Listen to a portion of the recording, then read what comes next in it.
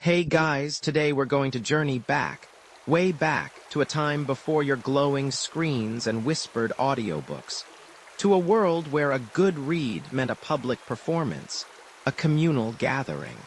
Imagine, if you will, huddling together in a flickering lamplit room, the scent of parchment and stale ink mingling with the sweat of your fellow listeners, all eyes fixed on a single figure, their voice weaving tales, laws, or prophecies into the air. This isn't just about how books were made. It's about how they were experienced. And let me tell you, if you think staying awake through your history class is tough, try listening to an entire epic poem recited from a scroll, in a language you barely understand, for hours on end, without air conditioning. You'd probably fall asleep and get eaten by a saber-toothed. Well, maybe not a saber-tooth, but definitely a very bored house cat. You see, the very act of engaging with written material, for most of human history, was a decidedly social affair, a spectacle, a shared ritual rather than a private retreat. You stand there, perhaps in a sun-drenched Roman atrium, or maybe a smoky Anglo-Saxon hall, and you're not alone. Far from it. The very concept of curling up on a comfy couch with a good book and a cup of something warm was utterly alien. Books, in their earliest forms, were commodities of immense value, painstakingly crafted by hand, each letter a tiny monument of effort. They weren't mass-produced paperbacks you could just toss into a beach bag. No, these were often singular creations, expensive, rare, and frequently locked away for safekeeping. So when a scroll or a codex emerged, it was an event. It was a reason to gather, to collectively absorb the wisdom, the entertainment, or the dictates it contained. You didn't just read a book, you attended it. Consider the sheer practicality of it. Literacy rates for the vast majority of human history were incredibly low. You, sitting there, probably take reading for granted, breezing through words like a digital hummingbird. But rewind a few millennia, and the ability to decipher squiggles on a page was a specialized skill, often confined to scribes, priests, or the highest echelons of society. So, if you wanted the latest news from the emperor, or the heroic sagas of your ancestors, or the intricate laws governing your village, you needed someone to read it to you. It was essentially the ancient world's podcast, only with more live coughing and less ad revenue. The reader was the conduit, the bridge between the written word and the eager ears of the unlettered masses. You'd lean in, straining to catch every syllable, your imagination doing double duty, painting pictures from the narrator's voice. Now imagine the reader themselves. They weren't just silently mouthing words. Oh no. Early texts were frequently written in scriptio continua, meaning no spaces between words, no punctuation, sometimes even no capitalization. It looks like a long string of letters, a linguistic sausage. Try reading that silently, quickly, and flawlessly. It's a linguistic obstacle course. So the act of reading aloud wasn't just a performance, it was an interpretive act. The reader had to understand the flow, the meaning, to insert the pauses, the inflections, the emphasis that we now take for granted thanks to commas and periods. It was less like reading a newspaper and more like sight-reading a complex piece of music, only with words instead of notes. This is a mainstream historical fact, by the way. The physical layout of early texts actively encouraged, if not necessitated, oral delivery. They were designed to be declaimed, not decoded in quiet solitude. And this leads to a rather quirky tidbit. For centuries, reading silently was considered highly unusual, even suspicious. The famous church father, St. Augustine, recounts in his Confessions his astonishment at seeing St. Ambrose, Bishop of Milan, reading without moving his lips. Augustine writes, When he was reading, his eyes ran over the pages and his heart perceived the sense, but his voice was silent and his tongue was still. This was such a striking observation that Augustine felt compelled to mention it. It suggested a level of private engagement with the text that was not the norm. It was almost like seeing someone suddenly start talking to themselves in public today, a bit odd, a bit disconcerting. Why the silence? What secrets were they keeping from the collective?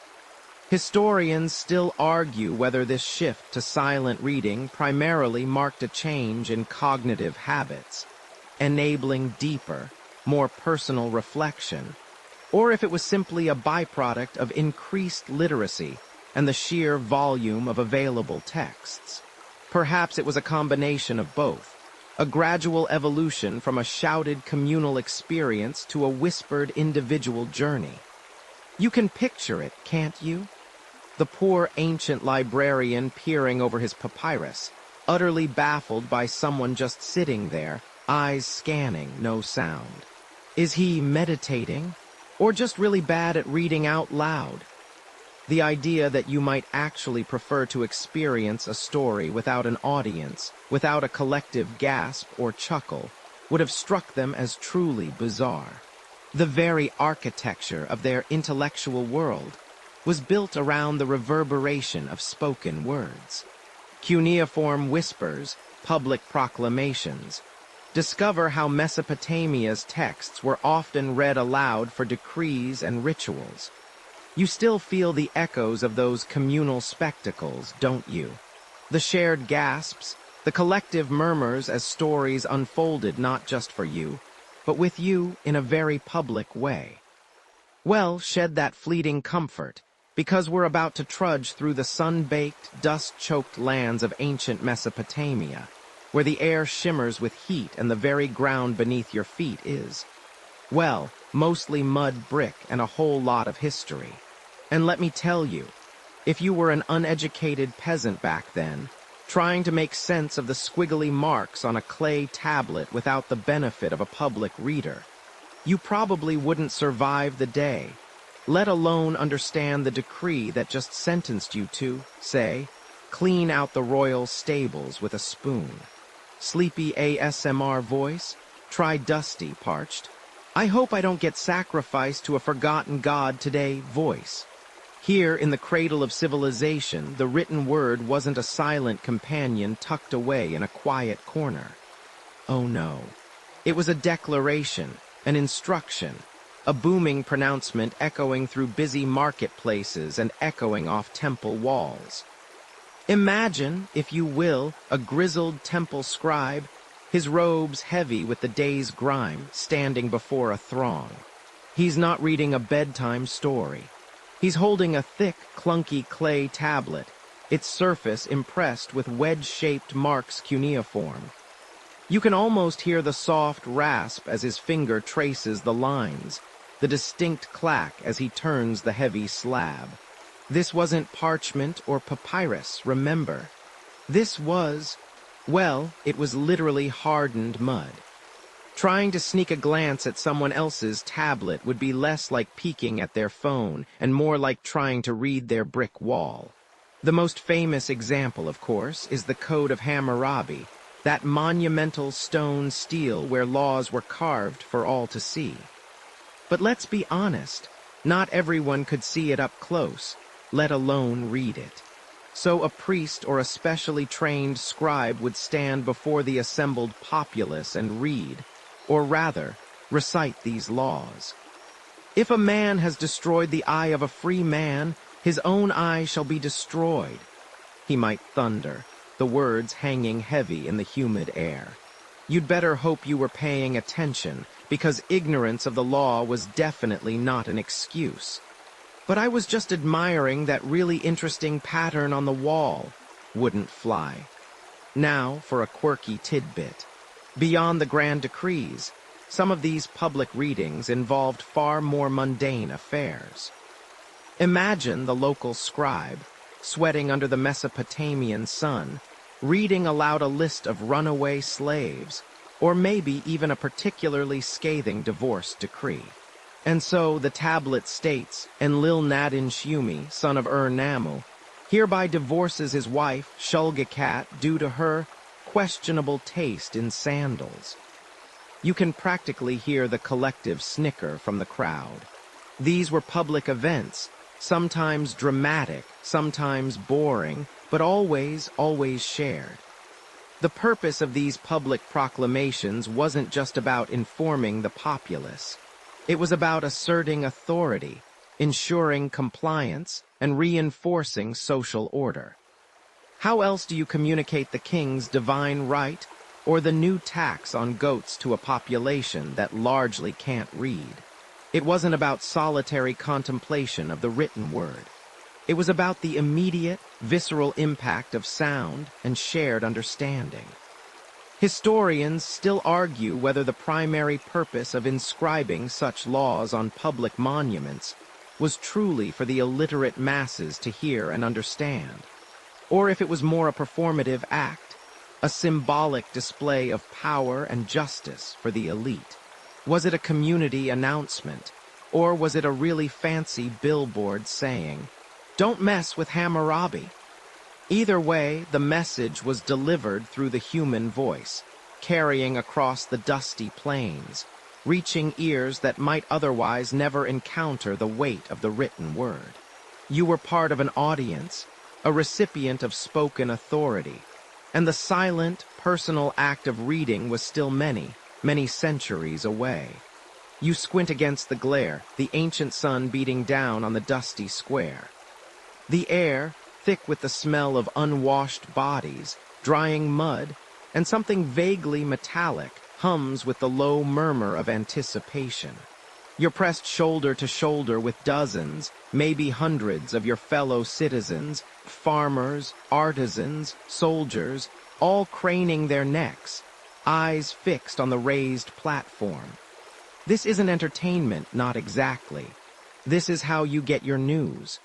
This is how you learn the latest decree from the pharaoh, the king, the high priest. This is how you find out if the new tax applies to your prized flock of goats, or if the river god demands another sacrifice this harvest. You have no parchment of your own, no stylus, no ink. The symbols that litter the clay tablets or papyrus scrolls are as alien to you as the stars themselves, perhaps even more so. Your entire understanding of the world beyond your immediate village, beyond the gossip of the marketplace, hinges on this moment. And honestly, if you miss what's about to be said, if you misunderstand the inflection, if you simply weren't paying attention when the scribe gets to the part about the new levy on straw baskets, well, you probably won't survive this ancient life for long. Ignorance isn't bliss here. It's a direct path to the stocks, or worse, the crocodiles. Remember that crocodile dung sunscreen? Yeah, that's just the tip of the iceberg. A figure emerges, tall and slender, draped in robes that seem far too clean for this gritty world. This is the scribe, not just a writer, oh no. In a world where perhaps 1 in 100 people could decipher a single glyph, the scribe was the living, breathing, bellowing conduit of knowledge. They didn't just read, they performed. Their voice, honed by years of practice, fills the square, echoing off the sun-baked walls. You hear the rhythmic cadence of the Sumerian cuneiform, the crisp articulation of Egyptian hieratic script, the sing-song lilt of Hittite tablets. This isn't the quiet, internal voice of modern reading. It's an orator's projection, designed to reach the back row of a sprawling crowd, to imbue every pronouncement with the weight of authority. Imagine the scribe unfolding a long scroll of papyrus. The crackle of the dried reads almost audible over the hushed crowd. Perhaps they clear their throat with a theatrical flourish, adjust their spectacles, if they existed, which, spoiler, they largely didn't for many millennia, making their feat of reading even more impressive, and then with a deep breath they begin. Hear ye, their voice booms, a resonant echo in the arid air. You crane your neck, straining to catch every word. This is your evening news, your legal brief, your prophetic warning, all rolled into one dramatic presentation. The scribe, then, was not merely a penman. They were the public announcer, the court herald, the priest's vocal extension, the tax collector's bullhorn. When a new law was promulgated, it wasn't simply etched into stone. It was recited, again and again, in every market square, at every temple gate, until its message, however garbled by repetition and re-narration, permeated the public consciousness. Mainstream historical fact. In ancient societies like Egypt and Mesopotamia, literacy was the exclusive domain of a tiny elite, overwhelmingly scribes, priests, and royalty. For the vast majority, the written word was an invisible, inaccessible realm, its power only unleashed when spoken aloud by these trained professionals. The scribe's vocal cords were the very bridge between the abstract symbols on a tablet and the lived realities of the common people. Consider a quirkier tidbit. In some ancient Near Eastern cultures, certain magical spells or curses were not considered potent until they had been vocalized by a scribe or ritual practitioner. The act of writing captured the essence, yes, but the speaking of the words was believed to unleash their power, to make them active in the world. So, if you were a particularly troublesome neighbor, you might find a scribe publicly intoning a carefully written curse against your crops, complete with dramatic pauses and menacing whispers. Talk about passive-aggressive. It turns out ancient drama was often a public service announcement. And who knew a humble scribe could be such a master of suspense? "And may your chickens lay square eggs," the scribe might intone, and a collective gasp would ripple through the crowd.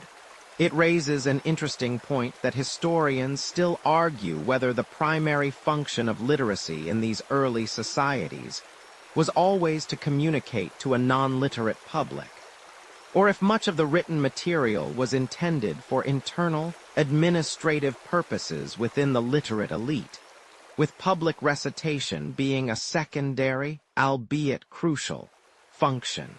Was the scribe an information broadcaster by design, or did they simply become one out of necessity? Whatever the intent, their role as public speaker was undeniably central to how knowledge, law, and culture disseminated. They were, in essence, the original podcasters, except instead of listening through tiny earbuds, you were crammed into a sweating, dusty crowd, hoping a strong breeze didn't carry away a crucial phrase about, say, required labor for the new irrigation ditch. They held immense power, these scribes, not just in their ability to record and interpret, but in their capacity to perform the texts, shaping tone, emphasis, and even, subtly, meaning through their delivery. Without them, the written word remained silent, inert, a collection of curious scratches on clay. With them, it roared to life, shaping destinies and dictating daily lives. You find yourself not in a dusty Mesopotamian ziggurat this time, but standing on the sun-baked banks of the Nile, the air thick with the scent of water, drying reeds, and something vaguely metallic, perhaps the distant clang of a stonemason's hammer. The heat is oppressive, a dry, inescapable blanket that makes your skin prickle. A grand procession is underway, and you, ever the curious observer, find yourself jostled by a throng of onlookers. They're here not for a parade of soldiers, nor a harvest festival, but for something far more profound. A public recitation, a performance for the divine, conducted under the watchful eyes of Pharaoh himself. You crane your neck, trying to catch a glimpse of the great scroll being unfurled, its edges crisp despite its obvious age. This isn't some quick announcement. This is theater, ritual, and history all rolled into one magnificent, fragile cylinder. Imagine the sheer spectacle. Priests, their heads shaven, clad in spotless white linen, move with a practiced grace that suggests every gesture is choreographed. One, older than the others, with eyes that seem to hold the wisdom of 1,000 sunsets, holds aloft a papyrus scroll. It's not just a piece of writing. It's an artifact meticulously crafted from the pith of the papyrus plant, sliced into thin strips, pressed, dried, and polished until it gleams faintly in the Egyptian sun. This scroll, you realize, is a testament to immense labor, each sheet painstakingly joined to the next to create a continuous canvas for hieroglyphs. This is a text not merely to be read, but to be beheld, to be an object of veneration in itself. And the words upon it? They're not whispered, nor are they mumbled under a breath. Oh no, they are performed.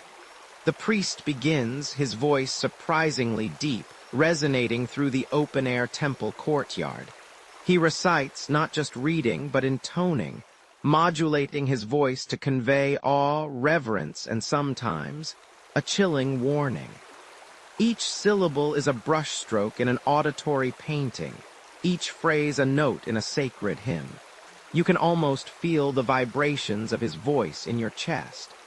This is less a lecture and more an immersive experience, designed to evoke a sense of the divine presence.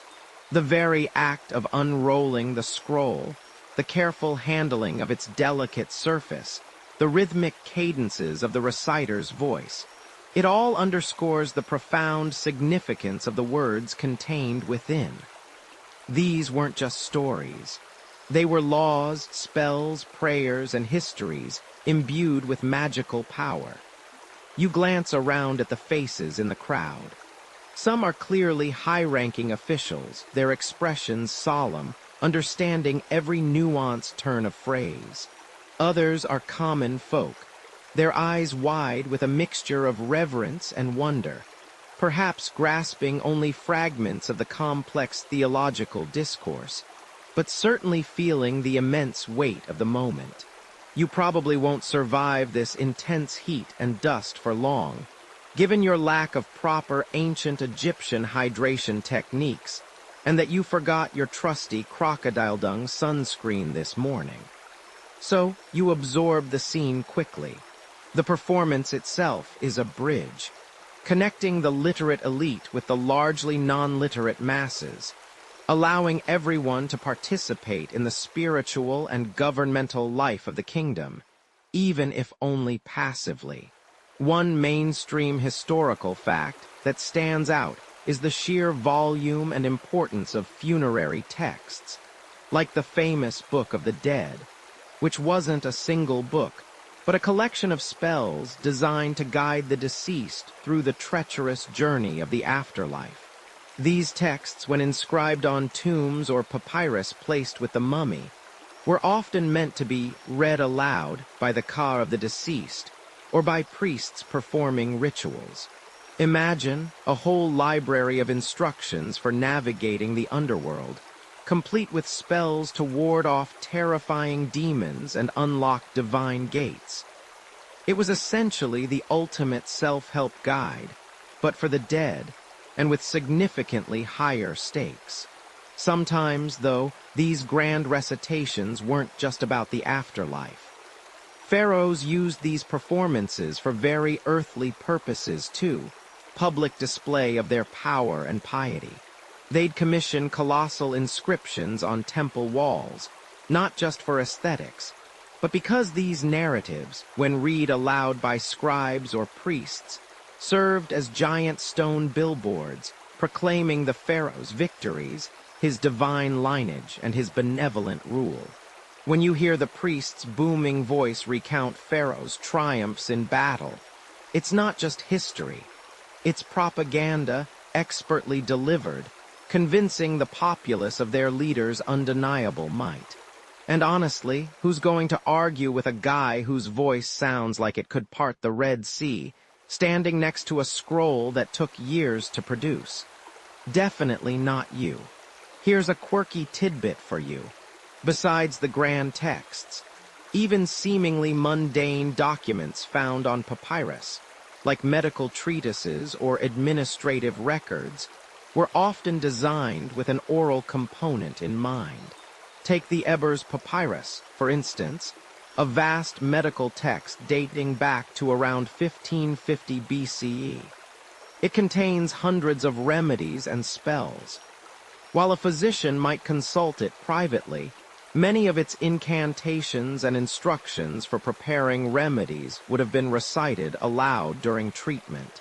Imagine your ancient Egyptian doctor not just handing you a prescription, but performing a little ritualistic chant as he mixes your herbal cure. For your aching tooth, he might intone, I mix this powdered donkey's tooth with honey. Hocus pocus, abracadabra, may the pain flee from your jaws as a dog flees from a hungry lion. Okay, maybe not exactly that, but you get the idea. It's all about the performance.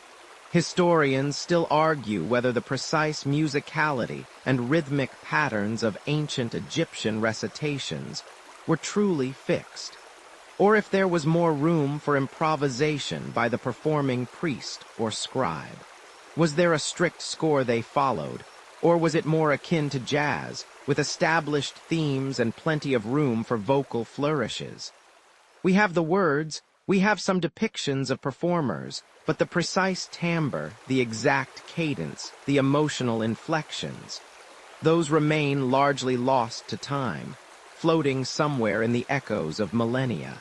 What we do know is that these performances were crucial, a vital link between the written word and the spiritual and social fabric of their world. The scrolls were the stage, the scribes and priests were the actors, and the message, whether of divine power or earthly instruction, was delivered not silently, but with the full force of the human voice.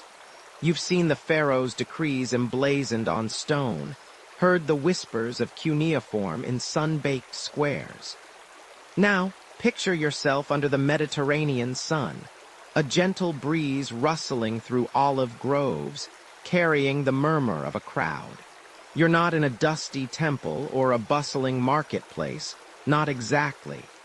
You're in a space designed for a different kind of public display, a stage for the most potent tool known to antiquity, the human voice amplified by the power of the written word. Welcome to the classical world, where the very concept of a book often implied an impending performance. In ancient Greece, particularly in democratic Athens, the spoken word wasn't just important. It was the lifeblood of civic engagement. You didn't just read a law, you heard it proclaimed. You didn't just ponder philosophy in solitude, you debated it passionately in the agora, the public square. Imagine stepping into that bustling Athenian heart, the scent of olives and sweat in the air, the constant buzz of conversation. Suddenly, a voice cuts through the din, clear and commanding.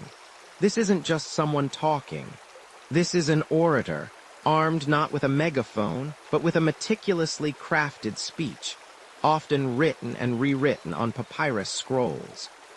These scrolls, these books of their time, weren't meant for quiet contemplation in a cozy armchair, mostly because cozy armchairs hadn't really been invented yet, and even if they had, the lighting was probably terrible. No, these texts were scripts. They were the meticulously planned blueprints for persuasion, for legal arguments, for stirring the hearts of thousands. Consider the titans of Greek rhetoric, like Demosthenes, whose impassioned speeches against Philip II of Macedon weren't merely read by the public. They were delivered, projected across vast audiences. The effectiveness of his words lay not just in their logic or their wit, but in their delivery. The rhythm, the pauses, the gestures, the sheer lung power required to hold a crowd captivated for hours. It's like attending a particularly intense political rally, only instead of watching it on a grainy live stream, you are right there, just sticking to your sandals, feeling the orator's words vibrate through the very air you breathe. It was a full-body experience for both speaker and listener. And then, as empires shifted and power flowed westward, you find yourself under the imposing gaze of Rome. Here, the tradition of public performance of texts didn't just continue. It blossomed into an art form all its own, known as the recitatio. Imagine you've been invited to an evening gathering at a wealthy Roman patron's villa. The wine flows, the lamps glow softly, and just as you're getting comfortable, someone steps forward, unrolls a scroll, and begins to read. This isn't a quick skim. This is a full-blown dramatic interpretation, often of new poetry, historical accounts, or philosophical treatises. For a Roman author, especially an aspiring one, a recitatio was the primary way to publish their work.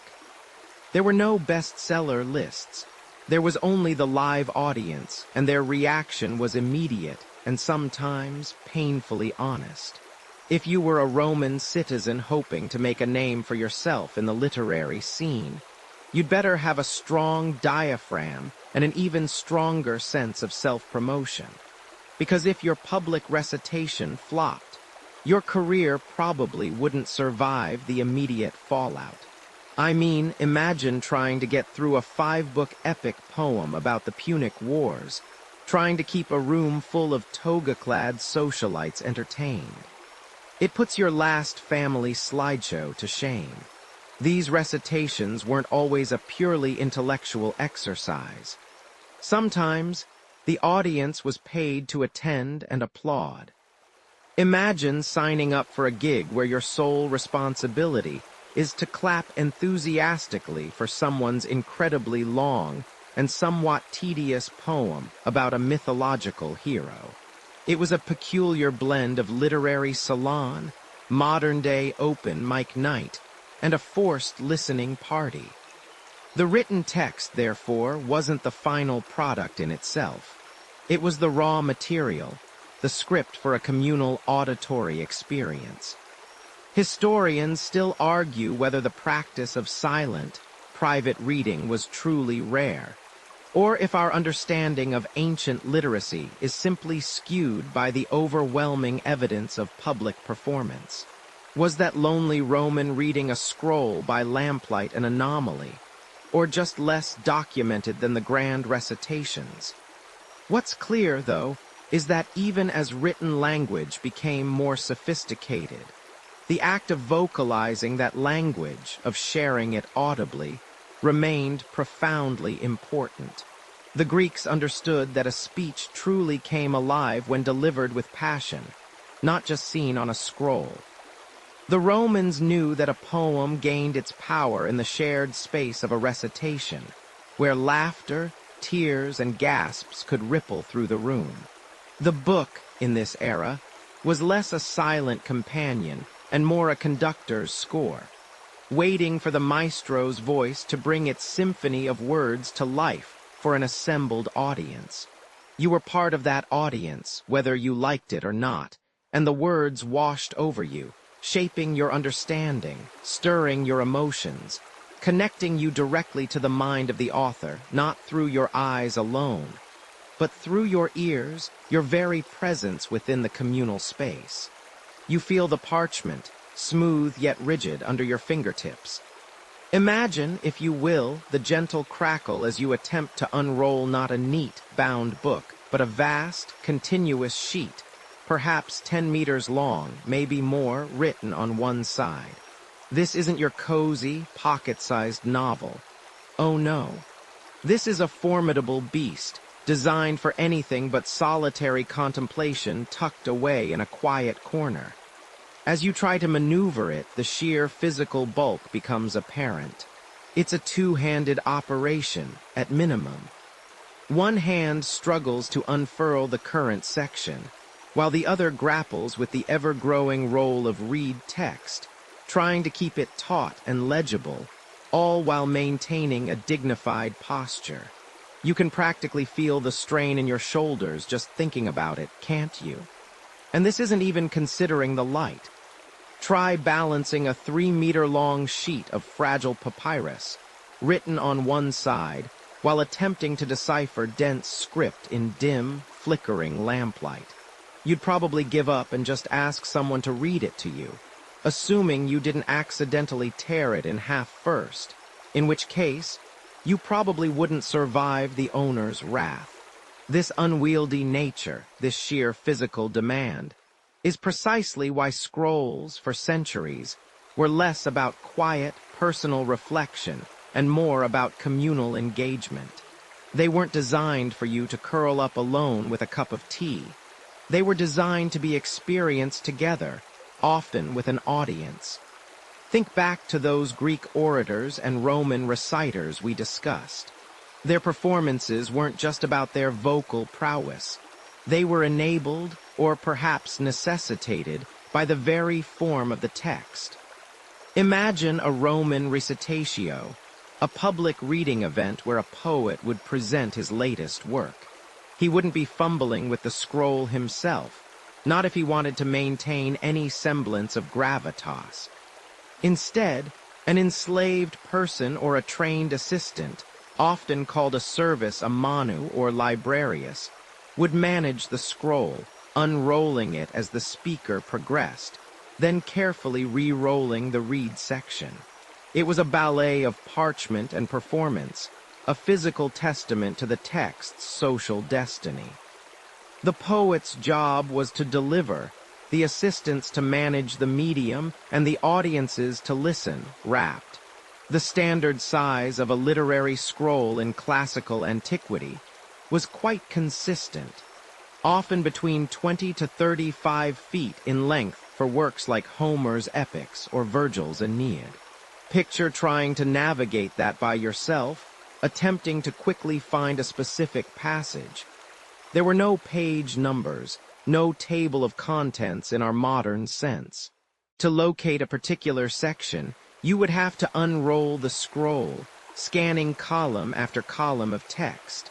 A laborious process known as volumen, from which we get our word, volume. This inherent difficulty in navigation further discouraged solitary, quick reference reading. It fostered an environment where knowledge was often mediated, curated, and delivered by someone else. You weren't a solitary explorer of information. You were part of a guided tour. It's almost comical to imagine someone trying to read a scroll on a busy street corner, constantly bumping into passers-by, or attempting to read in bed without getting hopelessly tangled. These weren't portable, convenient objects. They were investments, often stored in cylindrical boxes called capsi or scrinia, sometimes color-coded, adorned with tags listing the contents. The very act of taking one out, unrolling it, and then carefully re-rolling it suggested an occasion, a purposeful gathering, rather than a casual individual pastime. And if you wanted to read in any posture other than standing or sitting upright with ample surface space, well, good luck. The physical limitations often dictated the reading posture, which in turn influenced the social dynamic. You might have seen depictions of ancient scholars reclining, but even then, the scroll would often be supported by a small lectern or held by an assistant. It was rarely a solitary, fully relaxed affair like reading a book today. Historians still argue whether the concept of truly silent, private reading existed at all in widespread form before the late Roman Empire, or if it was merely an exceptionally rare, almost esoteric practice limited to a very few intellectuals who had mastered the art of reading with the eye rather than reading with the ear. For the vast majority, for centuries, the act of reading was synonymous with hearing, and hearing implied a speaker. The very unwieldiness of the scroll ensured that this ancient soundscape persisted. You step into the grand hall, not of hushed reverence, but a vibrant hum, a symphony of murmurs. The air, thick with the scent of aged papyrus, and perhaps a hint of lamp oil, vibrates with low voices. It's not the whispered sanctity of a modern library you've been conditioned to expect, where every rustle of a page feels like a public declaration. No, here, in the heart of the ancient library, the very concept of hushing seems utterly alien. You hear the rhythmic cadence of a lector intoning a philosophical treatise from a rolled-out scroll, his voice echoing slightly against the stone walls. Over there, a scholar, deep in animated discussion, gestures emphatically, a scroll unfurling precariously in his hand as he debates a point with a colleague, their voices rising and falling in passionate exchange. This isn't a place for solitary contemplation, at least not exclusively. This is a hub, a living, breathing organism where knowledge isn't just stored, but processed aloud, shared vocally, and debated with gusto. You can almost feel the intellectual energy thrumming through the very foundations of the building. And honestly, if you were around back then, trying to navigate daily life, you'd probably be more worried about the sanitation situation or contracting a nasty bug from the communal water supply than remembering to whisper. Your modern sensibilities about quiet might just be the least of your concerns. Imagine, for a moment, that you're not just an observer but a participant. You've trudged through dusty streets, perhaps dodged a camel or two just to get here. You're not here to browse the shelves in blissful silence, picking out your next solo read. Oh no, you're here to listen. You take a seat on a stone bench, perhaps next to someone engrossed in a legal document being read aloud by a scribe, or a group huddled around a poet, their faces illuminated by the flickering oil lamps, hanging on every word of an epic poem. Remember how unwieldy those scrolls were, designed not for your solo reading nook, but often for a more communal, shared experience? Well, here's where that concept truly blossomed.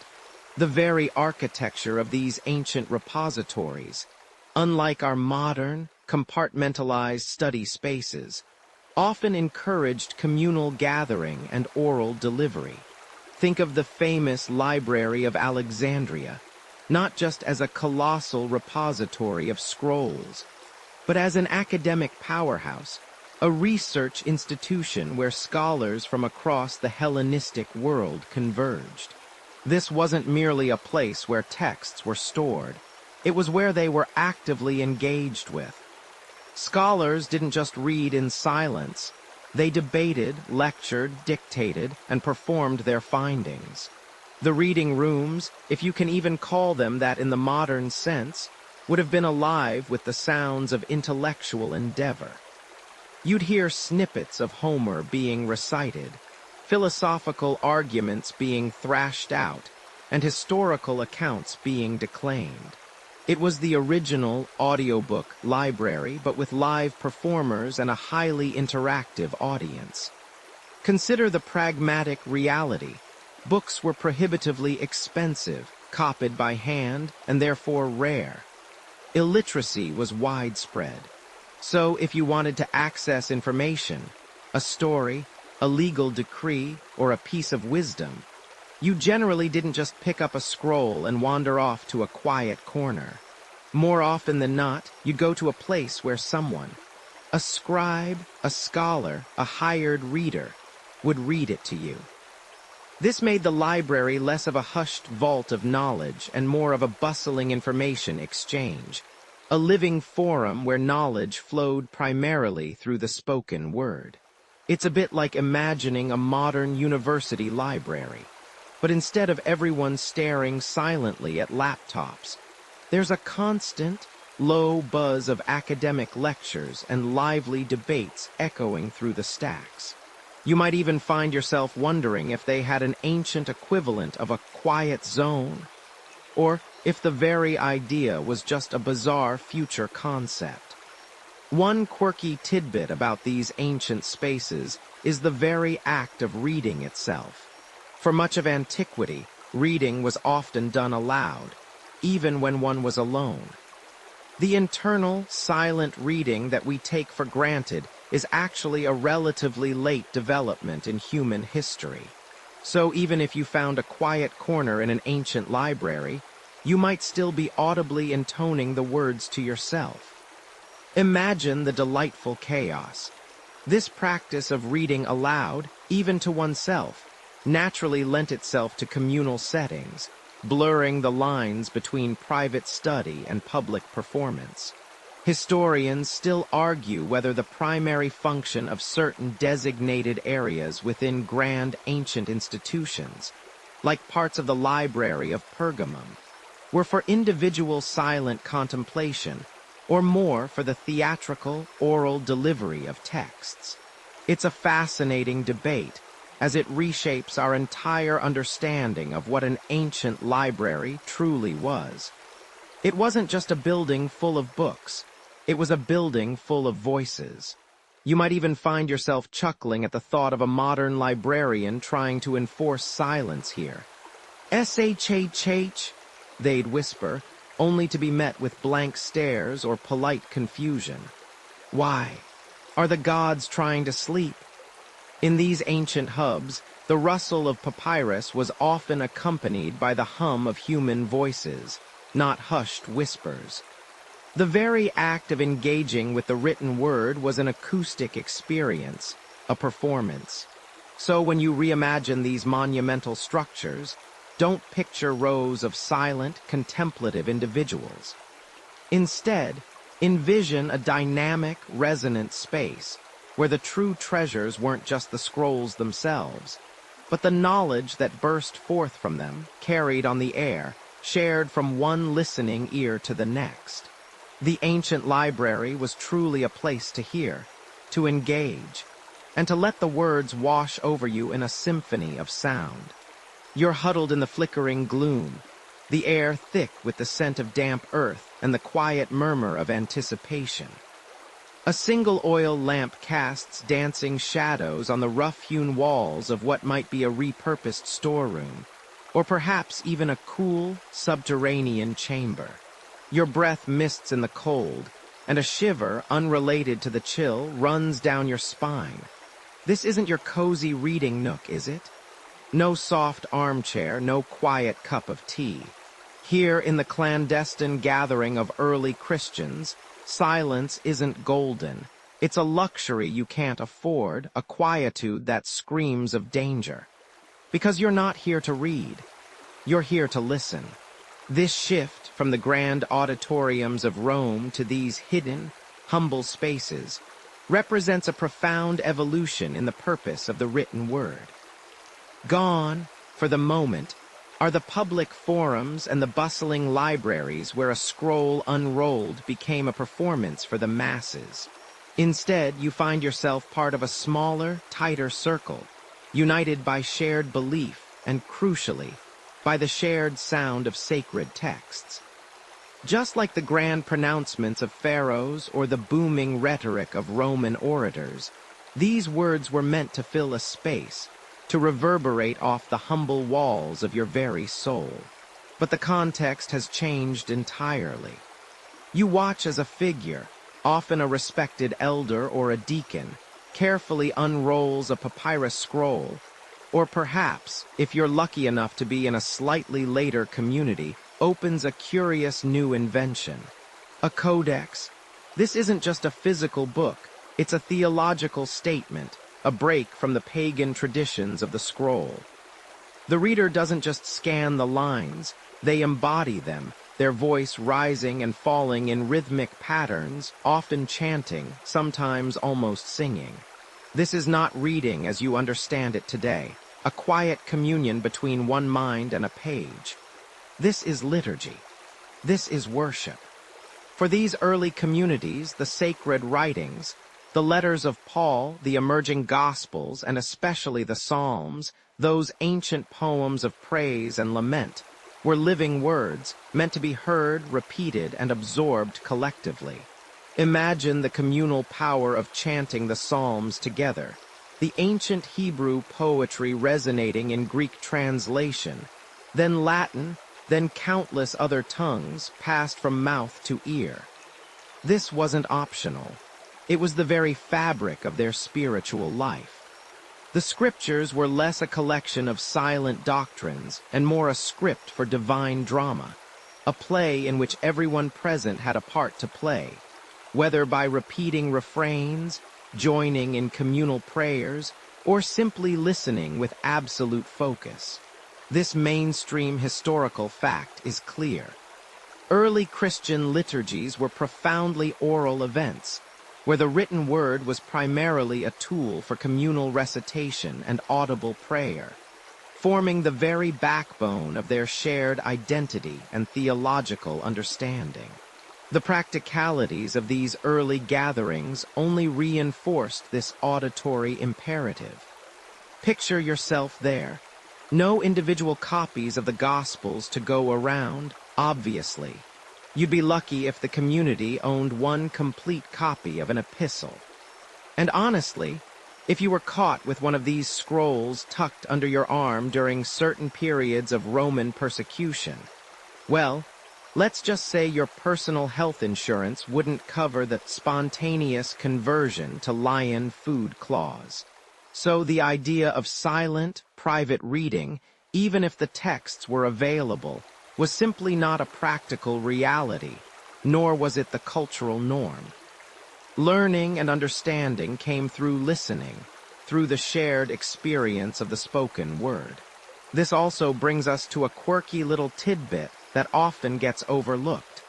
The sheer difficulty of reading these ancient manuscripts silently, even if you wanted to. Early Christian texts, like many ancient manuscripts, typically lacked spacing between words, punctuation, and even paragraph breaks. They were a continuous stream of letters. Imagine trying to silently decipher a sentence that looked like THISTHES, well, CRUSHINGREITYOFANCANTTXTS. Without the visual cues we take for granted, you needed to sound out every single word, almost like a child learning to read for the first time. This forced vocalization, even when reading alone, meant that the line between reading aloud and reading silently was far blurrier than it is today. It's why some scholars suggest that true silent reading, as we practice it, didn't really become widespread until much, much later, well into the medieval period. The act of reading aloud also served as a critical method for preserving and disseminating the texts themselves. Scribes, often working from dictation, or carefully sounding out each word from a master copy, were inherently creating texts for audibility. The very process of their creation was tied to their eventual oral performance. And when errors crept in, as they inevitably did, imagine copying hundreds of pages by hand in dim light, trying to keep track of a sentence without spaces. Those errors would primarily affect the sound and flow, not just the visual meaning. Consider the shift from the scroll to the codex, that revolutionary book format where pages are bound along one edge. While scrolls were unwieldy for quick navigation during a service, forcing the reader to roll and unroll vast lengths of papyrus or parchment, the codex allowed for much faster access to specific passages. You could flip directly to an epistle, then to a psalm, then to a gospel reading, facilitating the structured liturgy of early Christian worship. This practical advantage is often cited as a key reason why early Christians adopted the codex so enthusiastically, effectively making it the standard book format for centuries to come. But here's where an open scholarly debate pops up. Historians still argue whether the transition from scroll to codex was driven primarily by Christian communities' specific needs for easier access during communal readings, or if it was a broader technological shift adopted by them for its practical benefits, coincidentally aligning perfectly with their liturgical requirements. Was it a deliberate theological statement or just good ergonomics?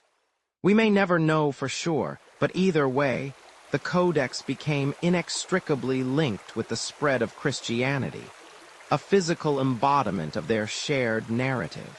The concept of lectio divina, or divine reading, which became a foundational practice in monastic communities, also originated from this communal auditory tradition. It wasn't about rapid consumption of text, but rather a slow, meditative, often vocalized engagement with Scripture, allowing the words to sink deep into the heart and mind, often through repetition and internalization. You weren't just reading, you were praying the text, allowing its rhythms to shape your spirit. It's a far cry from skimming a news article on your phone, isn't it? Try that with an ancient text and see how far you get before you accidentally read, "Thou shalt not kill a houseplant," instead of "Thou shalt not kill." Mistakes were bound to happen when every word flowed into the next. So, as the flickering lamp casts longer shadows and the communal murmurs begin to subside, you understand that these early books weren't just objects to be stored or admired. They were instruments. Instruments for unity, for worship, for the very survival of a nascent faith. They were the very breath of a community, exhaled in unison, filling the air with shared stories, shared prayers, and a shared future. The pages, whether papyrus or parchment, were merely a scaffold for the living voice, a silent cue for a resounding chorus. And in those hidden, often dangerous spaces, the collective sound of Scripture was not just heard. It was felt, a spiritual anchor in a chaotic world. You drift through the chill, stone corridors of a medieval monastery, the air thick with the scent of old parchment and beeswax. Dim light filters through narrow, arched windows, casting long, wavering shadows that dance with the flicker of an unseen candle. The very walls seem to hum with a low, continuous murmur, a soft, resonant thrum that fills the quiet spaces. It's not the drone of 1,000 angry bees, nor the nervous chatter of a coffee shop on a Monday morning. No, this sound is different. It's the sound of voices, dozens of them, yet somehow it contributes to the profound sense of calm that permeates this holy place. You stop by a rough-hewn wooden carrel, one of many lining a long hall. In it, a monk, head bowed over a beautifully illuminated manuscript, is reading. But he's not reading silently, not as you would scroll through your phone late at night, trying not to wake the cat. His lips are moving, the words forming a quiet, almost imperceptible hum, a gentle whisper that barely reaches your ears but clearly reaches his own. This isn't just some quirky habit, you understand. This isn't just Brother Gregory having a moment with his inner narrator, because he can't quite get the inflection right.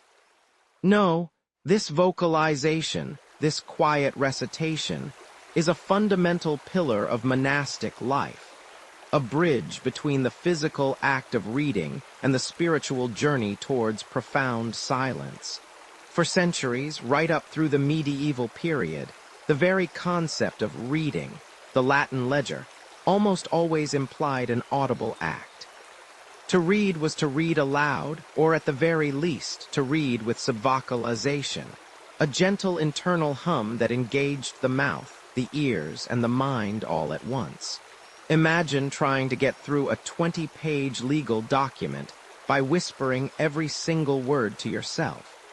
You'd probably sound like you were casting a minor spell, or just deeply invested in a particularly long grocery list.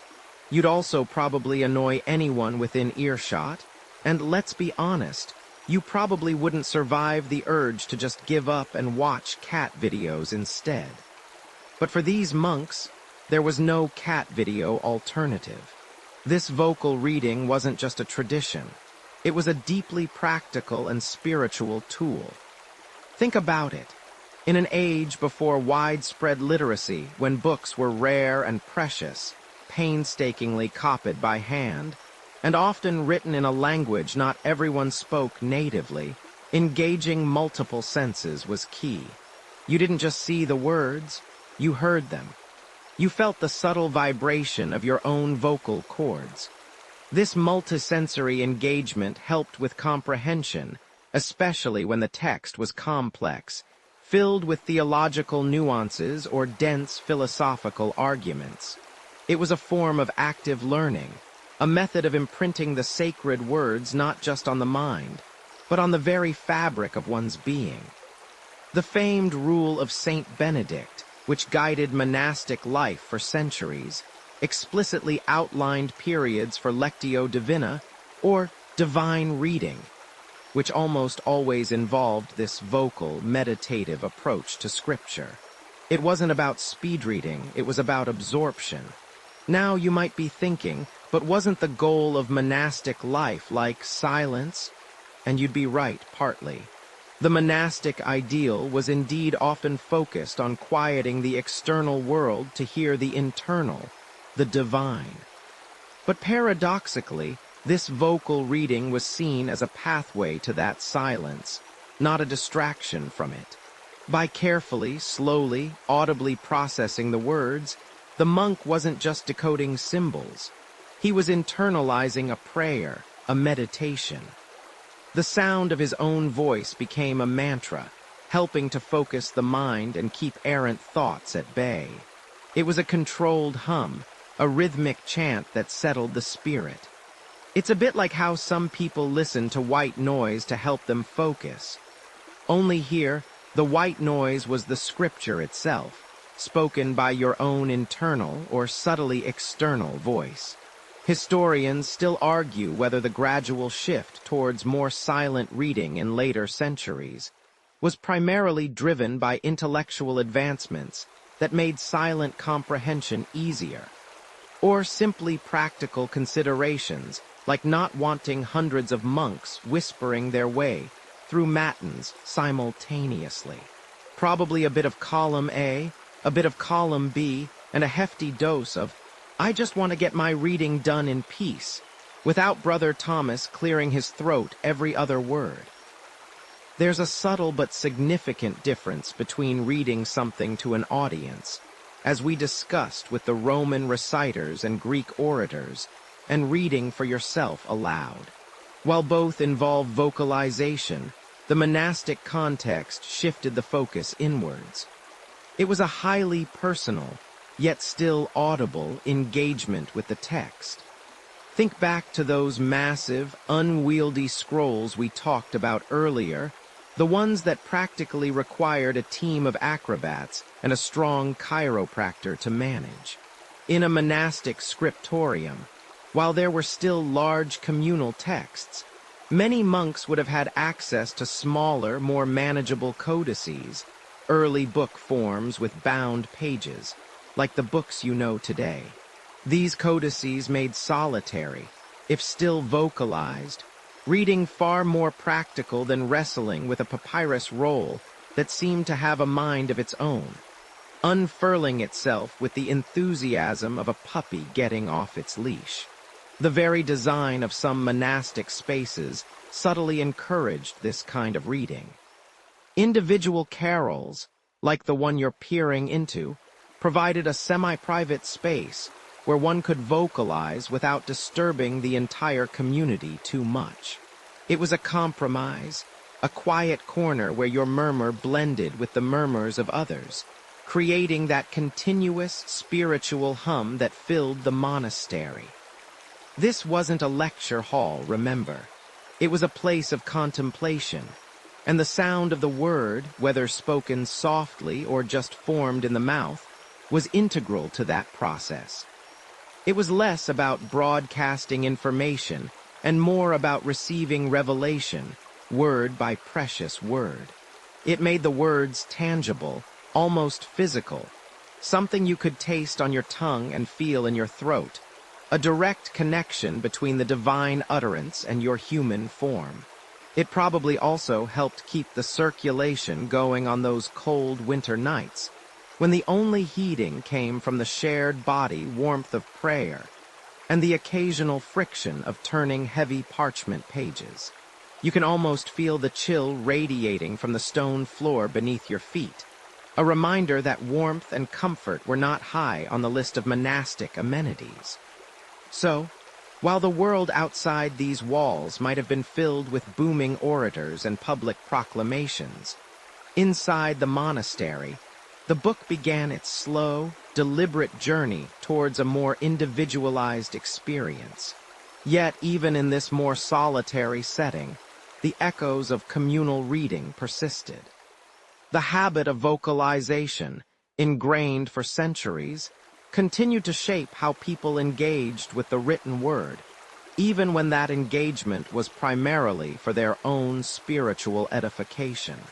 It was the whisper before the silence, the gentle hum that prepared the mind for the profound stillness of meditation and prayer.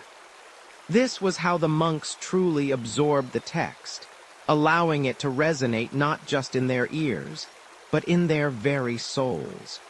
You stir from your slumber, the phantom scent of old parchment and beeswax tickling your nose.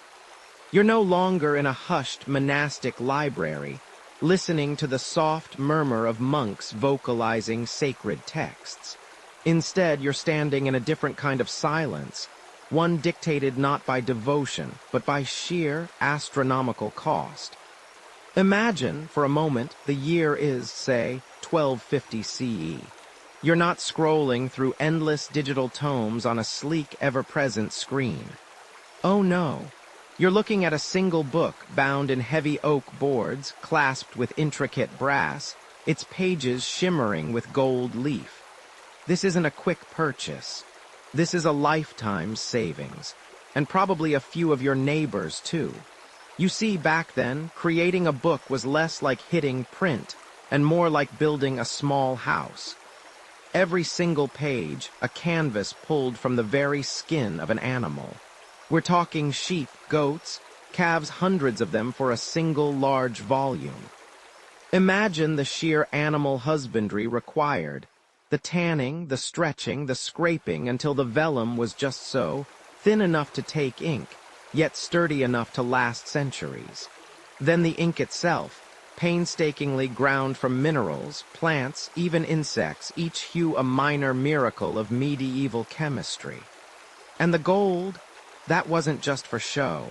It was actual gold, hammered thinner than a human hair, applied with painstaking precision by someone whose eyesight, if they kept it, was probably legendary.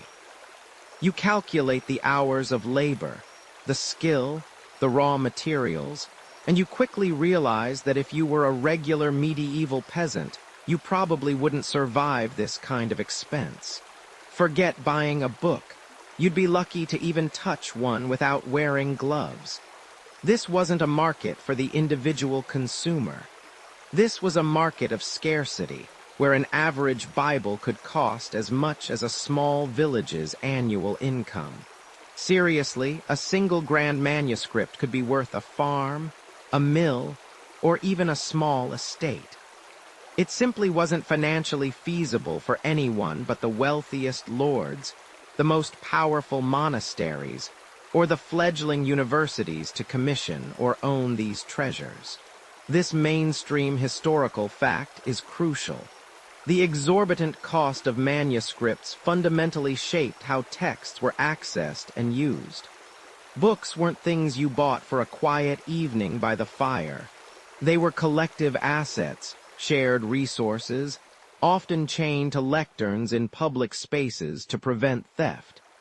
Consider the economics of a scriptorium, a monastic workshop where scribes meticulously copied texts. This wasn't a job for one person. It was an entire industry. You'd have the preparers of the parchment, the scribes themselves, the correctors checking for errors, the rubricators adding red headings and initials, and finally, the illuminators, those artistic wizards adding the miniature paintings and intricate designs. Each role required years of training and a steady hand. And sometimes, for a bit of quirk, they'd even use cat hair to make brushes for the finest details, or the urine of a dog to help prepare certain pigments. Yes, you heard that right, a bit of canine chemistry for your sacred texts. Just another day at the office in the Middle Ages. So, when a book was finally finished, perhaps years after its inception, it wasn't hidden away in a private study. It was a community treasure, an investment that had to provide a return. This return wasn't monetary, not usually, but intellectual and spiritual. A book was acquired for the benefit of the many, not the few. In a monastery, it served the entire cloister. In a cathedral, it educated the clergy and sometimes the educated lay public. In a university, it was a core teaching tool, available for students to consult, often by listening to a lecturer read from it. The very idea of individual, silent reading as the primary mode of engagement only truly began to emerge centuries later, fueled by a combination of cheaper paper, printing presses, and rising literacy among the merchant classes. Historians still argue whether the high cost of books directly stifled mass literacy, or if it simply funneled reading into specific, communal, and often oral contexts. Was the lack of personal books a cause or a symptom of a pre-literate society? The debate is complex, but one thing is clear. The economics of book production meant that literacy, for a long time, was intertwined with communal access. You didn't own the text. You shared access to it, often through the voice of another. It was a shared economy of knowledge, where the most valuable commodity, information, was too precious to be sequestered away for a single pair of eyes. Imagine the grandest cathedral library, not as a silent tomb of dust-covered volumes, but as a bustling hub. A master might be intoning a passage from a theological text for his students gathered around, their heads bent in concentration. A group of monks might be gathered around another lectern, taking turns reading aloud from a saint's life, their voices a low drone in the vaulted space. This wasn't just about making the content accessible. It was about honoring the immense effort that went into creating the physical object. To simply read it silently would almost be to deny the craftsmanship, the cost, the shared sacrifice that brought it into being. It was a performance, even if only for a small, dedicated audience. This communal ownership also extended to how books were copied.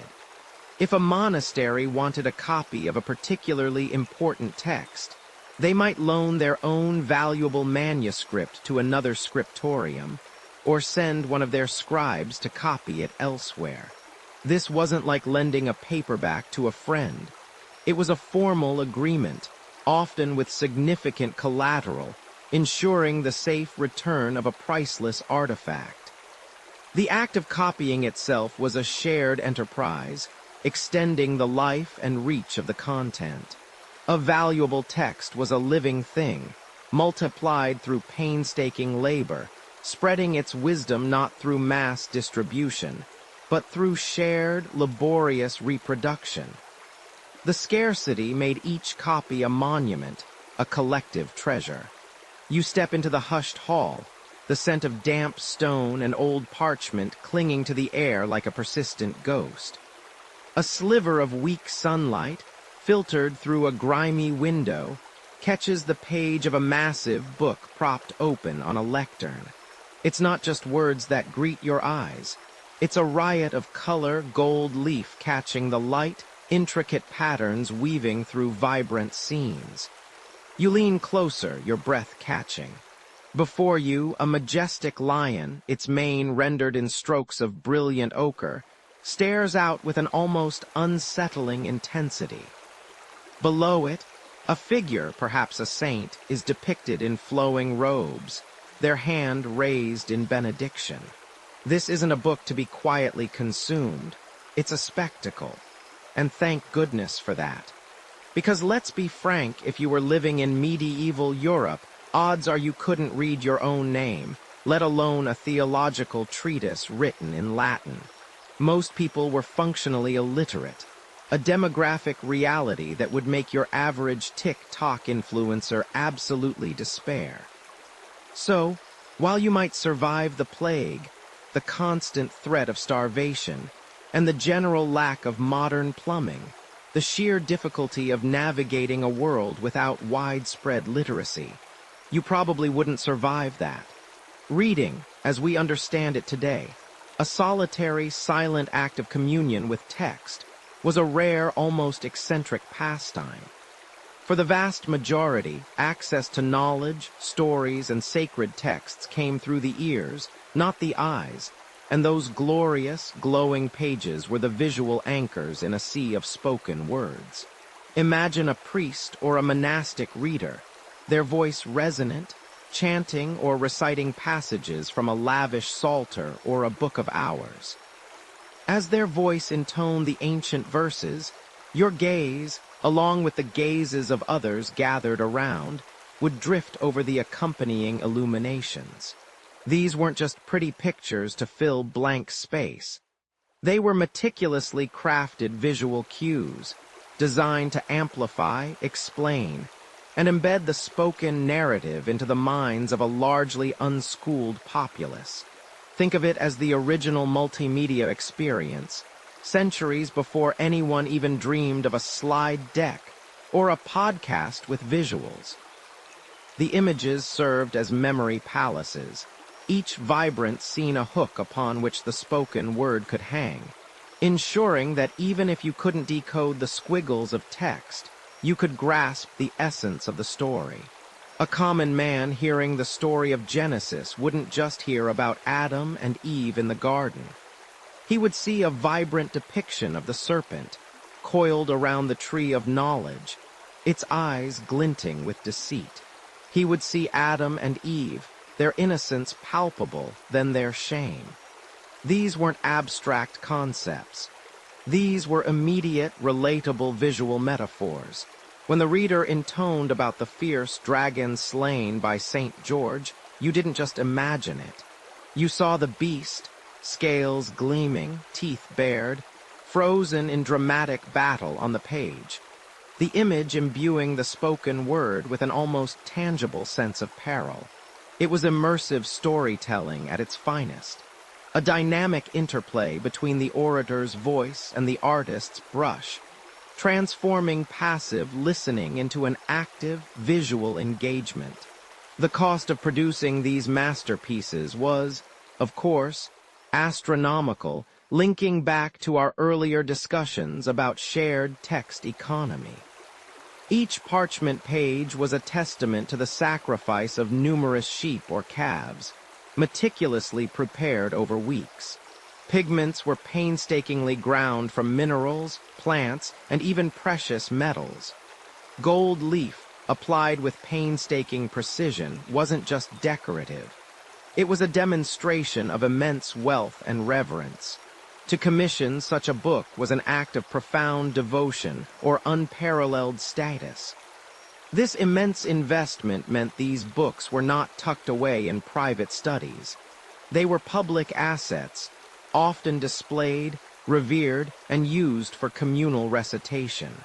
You might occasionally encounter a marginal illustration of a knight battling a snail, or a grumpy-looking rabbit wielding a sword, which historians still argue whether these strange drolleries were merely artistic whimsy, a space for scribes to let off some steam, or perhaps even a form of visual inside joke shared amongst the literate few, adding a layer of subtle humor to an otherwise serious text. Either way, they certainly offered something extra for the eye, enriching the visual landscape. The skilled artisan, the illuminator, was therefore not just an artist but a powerful communicator, a visual storyteller tasked with translating complex theological doctrines, epic sagas, and historical accounts into a universally accessible language of images. They understood that their work would be seen by a multitude of eyes, many of them belonging to individuals who relied solely on what they heard and saw. The reader of a medieval manuscript was, by necessity, a performer, his voice rising and falling with the drama unfolding both in the script and in the miniature paintings. The rhythm of the reading would often match the progression of the images, each turn of the page revealing a new tableau, a fresh visual anchor for the listener's memory. It's why you rarely find a truly silent medieval book, even those meant for personal devotion. The very act of engaging with them was often an audible experience, a whispered prayer or a murmured meditation, reinforced by the profound visual cues. This symbiotic relationship between image and sound transformed the book from a mere repository of information into a living, breathing artifact of communal experience. Remember how we discussed those ancient libraries that buzzed with conversation, not hushed reverence? Well, medieval scriptoria and chapels carried on that tradition, albeit with a different flavor. The illuminations were the original visual aids, making the complex accessible, the distant relatable, and the sacred utterly, undeniably visible to everyone. The art didn't just adorn the text. It served it, ensuring that the spoken word resonated long after the echoes faded from the stone walls. You recline on cushions, the scent of lavender and beeswax thick in the air, perhaps mingled with the faint, comforting smell of old papyrus.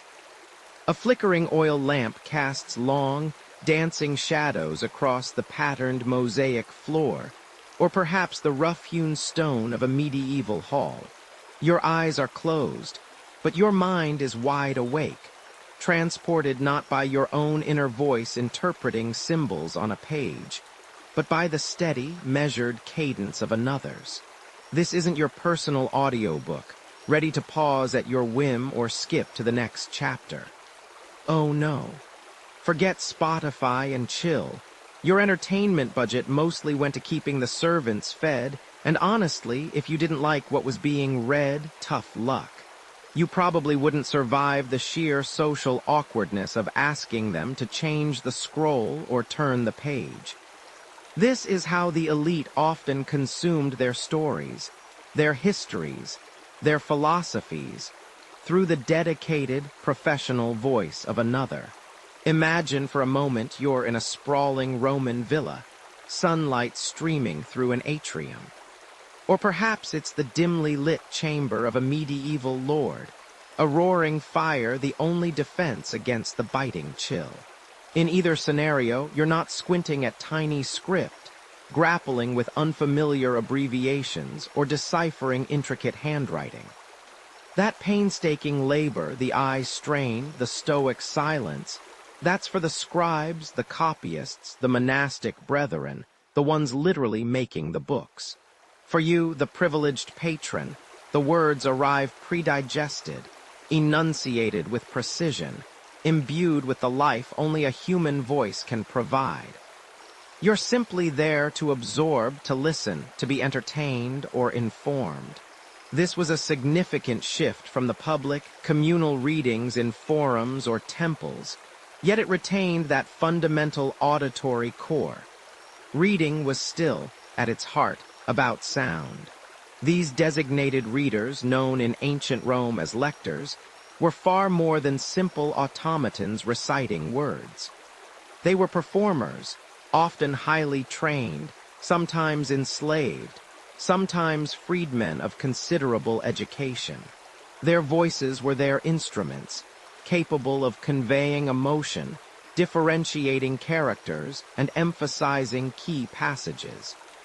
They mastered the art of rhetoric, understood the nuances of the text, and could even improvise explanations for complex ideas or unfamiliar terms.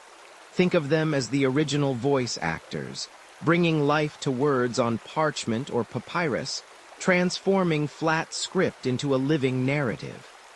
It was an art, a craft, and often a lifelong profession. You wouldn't just pick up any random servant and tell them to read you the latest philosophical treatise. You'd want someone who understood the text, someone whose voice wouldn't grate on your nerves after 3 hours of historical epic. And let's be honest, finding a voice that doesn't grate after 3 hours is a challenge even in modern podcasts. One fascinating, if somewhat niche, aspect of their training involved not just elocution, but also memory. A good lector could recall significant passages, sometimes even entire works, allowing for impromptu recitations or discussions. They were effectively walking, talking libraries, capable of retrieving information at the merest suggestion. This was crucial in an era where texts were rare, expensive, and not easily duplicated. A master's library might contain a few dozen scrolls, but the lector could bring 1,000 more to mind. It wasn't uncommon for these readers to accompany their patrons on travels, effectively serving as portable entertainment and intellectual companions. Imagine packing your personal audiobook player and knowing it also carried all the current events, philosophical debates, and the entire works of Virgil in its internal hard drive. A very organic, very human hard drive, that is. The act of being read to wasn't just about passive reception. It was a shared experience, even if confined to a small, elite circle. Patrons often gathered family, friends, or esteemed guests to listen to a new poem or a captivating historical account. Discussions would follow, interpretations would be debated, and the spoken word would spark intellectual engagement. This communal listening reinforced social bonds and disseminated knowledge within a select group, emphasizing that even in private, reading was rarely a truly solitary endeavor. It still retained the echo of those crowded forums and chanting monasteries we talked about, just miniaturized and privatized. Mainstream historical fact time. The Roman practice of employing lectors in elite households was widespread, serving as a primary means of intellectual and literary engagement for the wealthy, many of whom, despite their status, were not necessarily proficient or comfortable with silent, solitary reading themselves. It was an essential part of the domestic routine, often performed during meals or periods of leisure. Think of it like today's dinner and a show, but the show was someone eloquently reading Cicero. Now for a quirky tidbit. There's evidence to suggest that some Roman lectors were trained not just in standard Latin or Greek, but also in specific accents or dialects to portray characters more vividly. Imagine a lector in ancient Rome, switching seamlessly from a refined Attic Greek to a rough, rustic Latin accent to differentiate between a philosopher and a peasant. It's like an early form of method acting, but for your ears only. It suggests a level of theatricality in these readings that goes beyond mere recitation, elevating them into true performances. Historians still argue whether the apparent high literacy rates among the Roman elite truly translated to extensive private, silent reading, or if reading remained predominantly an auditory, communal activity even in more intimate settings, with the lector as the crucial intermediary. The very concept of silent reading as a common practice, even among the educated, is a relatively modern phenomenon. So, as you drift deeper into the comfortable embrace of the professional voice, you start to understand just how profoundly different the world was when books weren't meant for your solo enjoyment. They were meant to be heard, to resonate through a shared space, to be brought to life by a dedicated performer. The words weren't just on the page. They were in the air, enveloping you, guiding your thoughts, shaping your understanding, and perhaps even lulling you into a peaceful slumber. You're huddled close, the warmth of the roaring fire a welcome companion against the crisp evening air.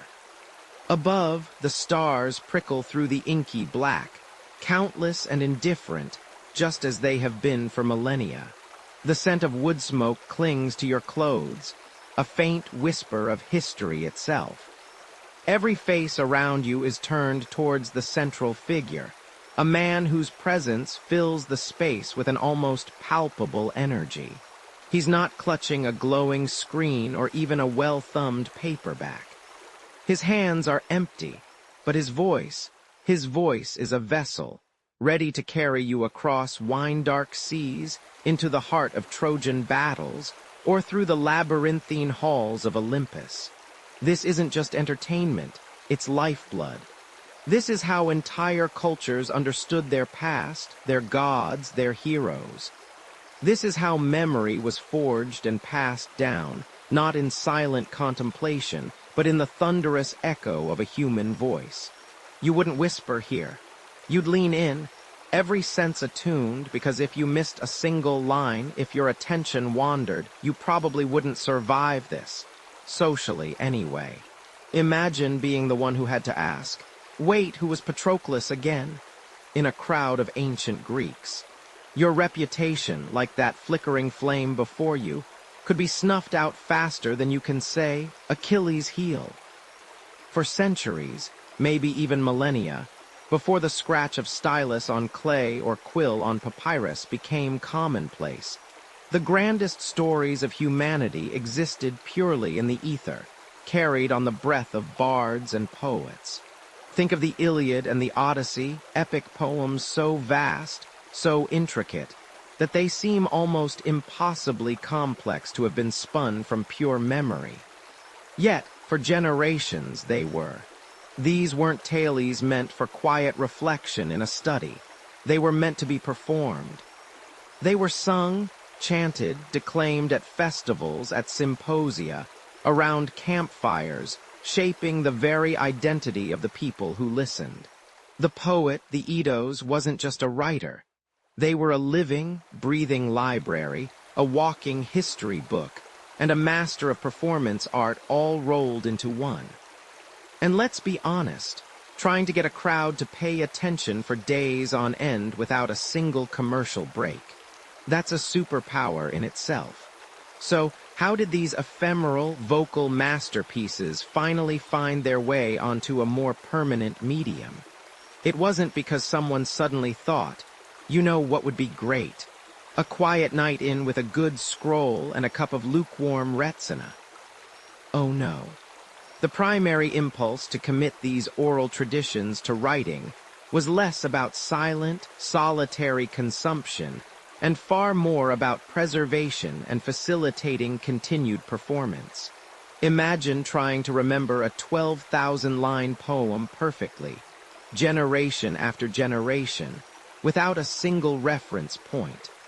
It's like trying to remember every single meme you've ever seen without scrolling through your phone. Impossible, and frankly, a bit stressful. The written version became the ultimate script, the authoritative text for future reciters. It was a fixed point of reference in a fluid world of oral performance. Suddenly, a rhapsode, a professional reciter of epic poetry, often dressed dramatically in purple or scarlet robes, and sometimes holding a laurel branch, looking very much like an ancient rock star, had a cheat sheet. They could learn the lines, ensure accuracy, and still imbue the performance with their own unique flair, their own vocal acrobatics. The text wasn't a replacement for the voice. It was an amplifier, a guarantee of continuity. Historians still argue whether the Homeric epics were composed entirely orally before any writing, or if there was an interplay between early writing and oral tradition from the outset, with scribes possibly taking dictation from performers, creating a feedback loop. Whichever it was, the writing didn't kill the performance, it stabilized it, ensuring its survival. Think of it. The act of writing these epics down was a monumental undertaking. It wasn't a quick email. It involved scribes, probably working under dictation, meticulously transcribing every syllable onto unwieldy scrolls. These were not mass-produced paperbacks. Each copy was a precious artifact, a single object that likely took weeks, if not months, to produce. And once it was done, its purpose was clear: to be read aloud. Perhaps in the presence of a patron, a noble household, or during public festivals. Consider the physical act of unrolling a scroll for public recitation.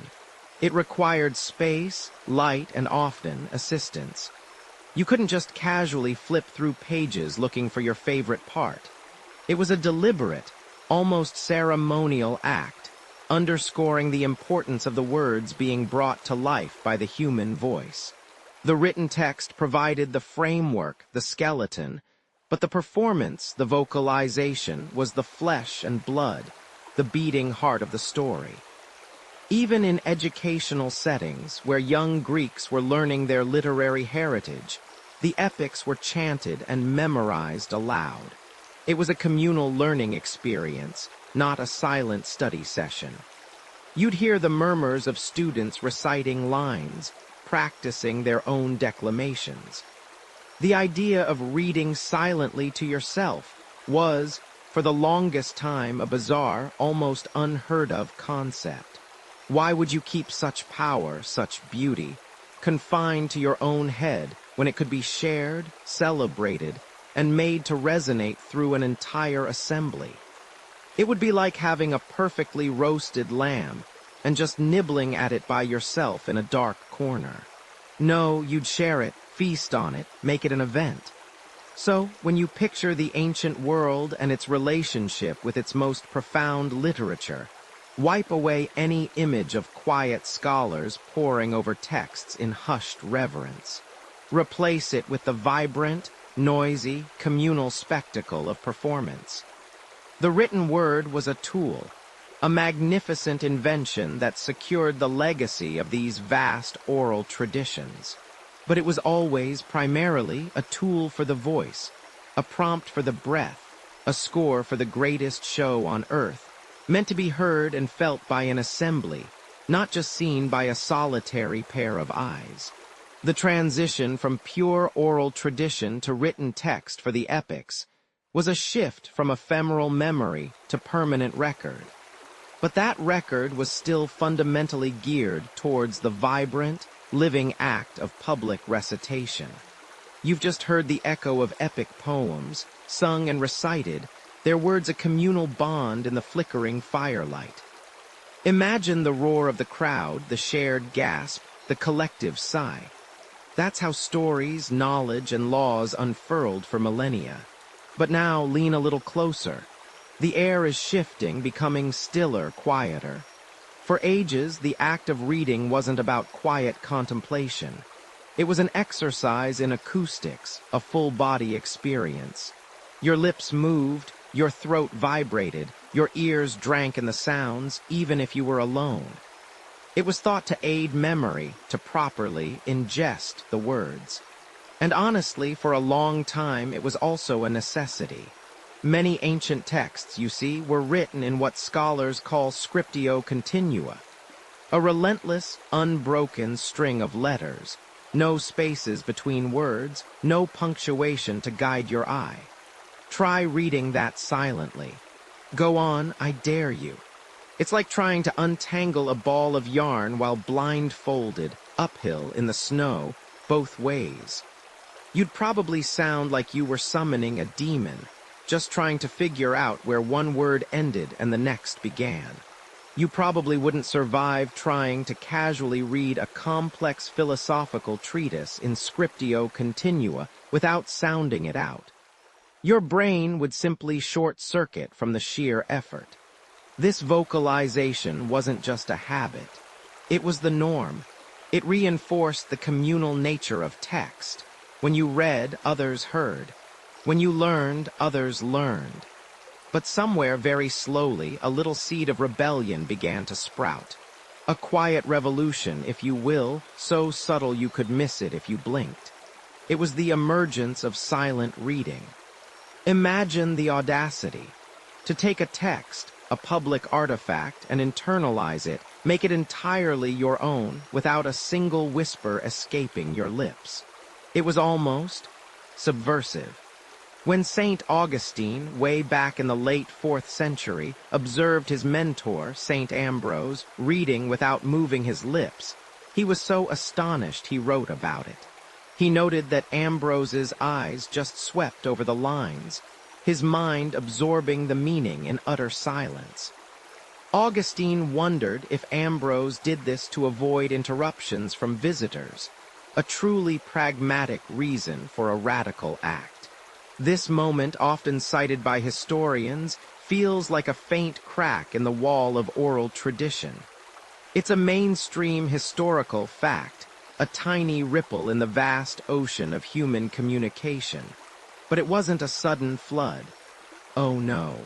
For centuries more, even in monastic libraries, the primary centers of book production and consumption, reading often involved a low murmur, a quiet humming. It was called muttering, or chewing the text, literally, vocalizing the words to aid digestion, not of food, but of divine wisdom.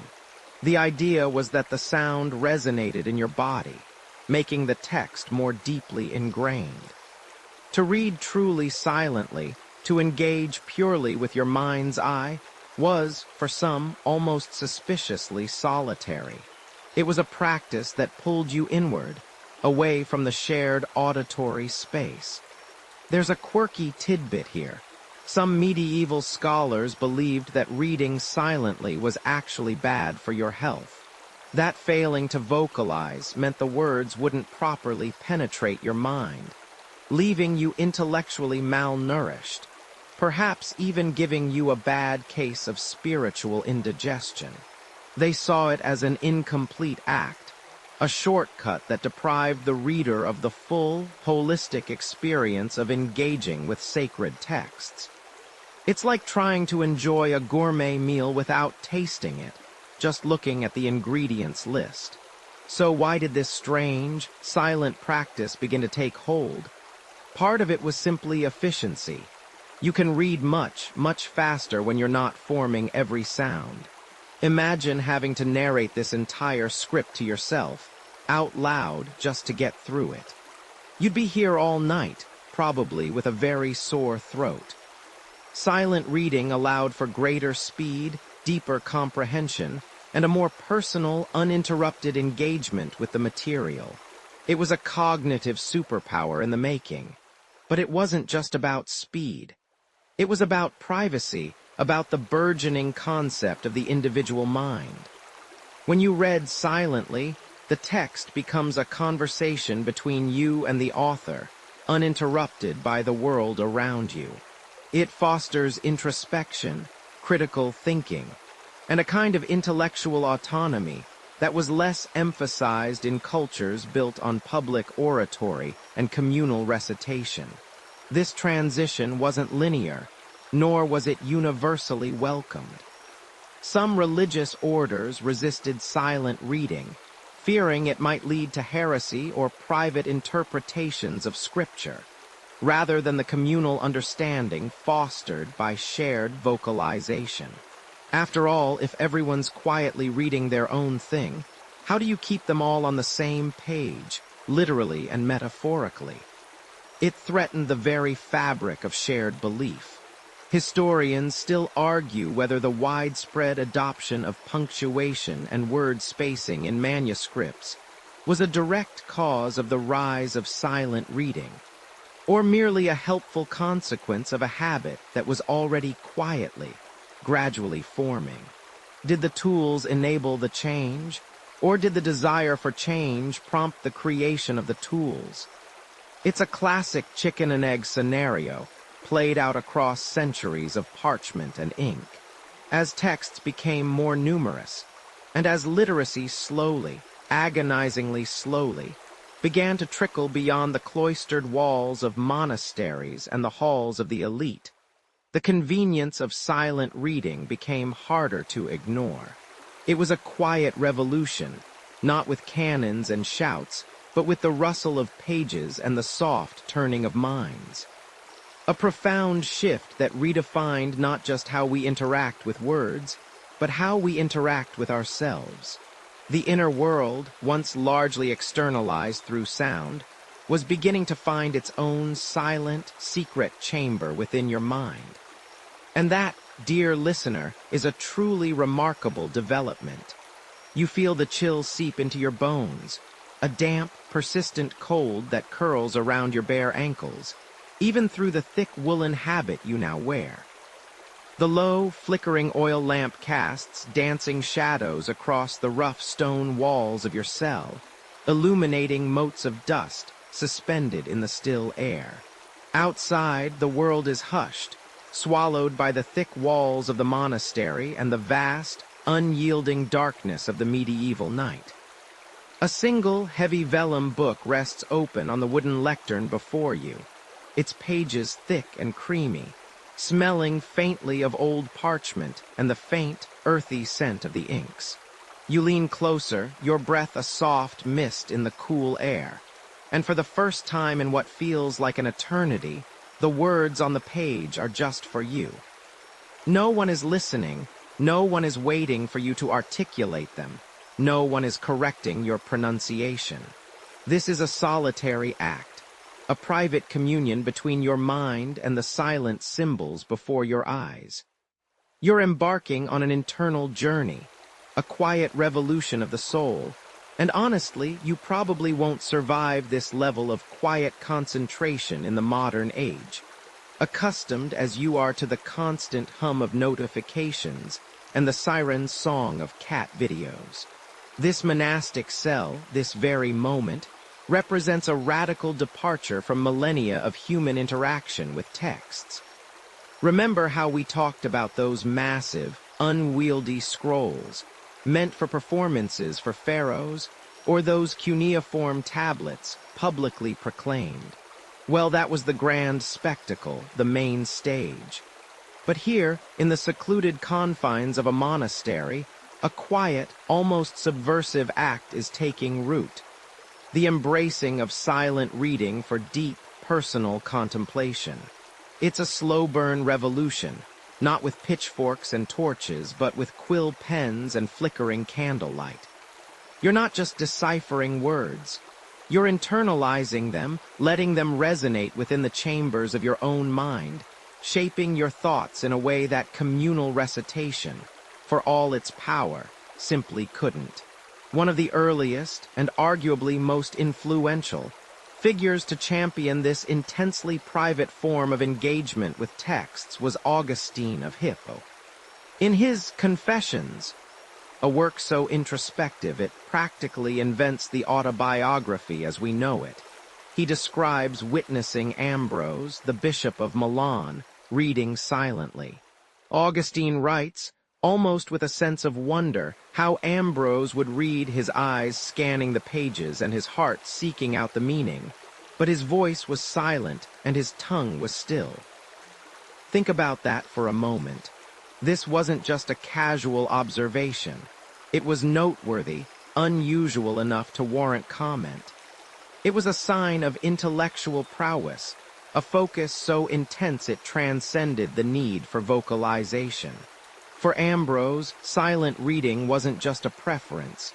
It was a method of profound, uninterrupted study, a way to dive deep into the complexities of Scripture without the distraction of forming sounds or the expectation of an audience. It was almost like a superpower in a world where reading was largely an auditory experience. You can almost imagine other monks peeking in, whispering, "Is he all right? He's just looking at the book." This practice, once a novelty, began to take root within monastic communities. Benedictine rules, for instance, though still emphasizing communal reading during meals and services, also carved out specific times for private meditation on Scripture, known as Lectio Divina. This wasn't merely reading for information. It was a spiritual exercise, a meditative chewing on the words, allowing them to nourish the soul.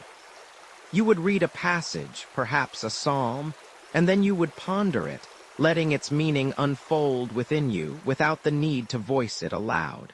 It was less about speed reading for comprehension and more about slow, deliberate absorption, like a sponge soaking up water. But for your brain, obviously not your bathroom.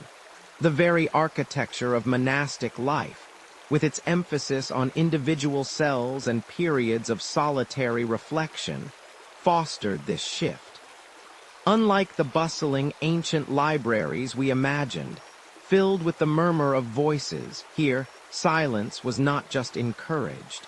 It was actively cultivated as a path to spiritual enlightenment. It's hard to imagine, in our constantly connected world, a place where the highest ideal is deep, unbroken quiet. Yet for these monks, the ability to retreat within their own minds, guided by the silent words on a page, became a cornerstone of their spiritual practice. It was a way to shut out the cacophony of the world, both internal and external, and truly listen to the whisperings of the divine. Historians still argue whether the primary driver for this shift to silent reading was purely spiritual, a desire for deeper contemplation, or if it was also influenced by more pragmatic factors, such as the increasing complexity of texts, which might have made silent processing more efficient. Maybe it was a bit of both, a spiritual longing meeting an intellectual necessity. Regardless, the outcome was revolutionary. It meant that reading could become a truly personal act, a direct conduit from the author's mind to the reader's, unmediated by a public performance. This growing embrace of silent study also led to changes in how books themselves were produced and annotated. As individuals engaged more deeply with texts, they began to add their own marginalia, their own thoughts and interpretations, directly onto the pages. You might find a monk's private struggles or profound epiphanies scrawled in the margins, a silent dialogue between his mind and the ancient words. It's a bit like writing notes in your textbook, except instead of "this is boring," it's more like, "herein lies the path to salvation." This personal annotation, often done in a cramped, almost illegible hand, further cemented the private nature of the reading experience. It wasn't a document for public display. It was a working tool for personal spiritual growth, a silent companion in the arduous journey of the soul.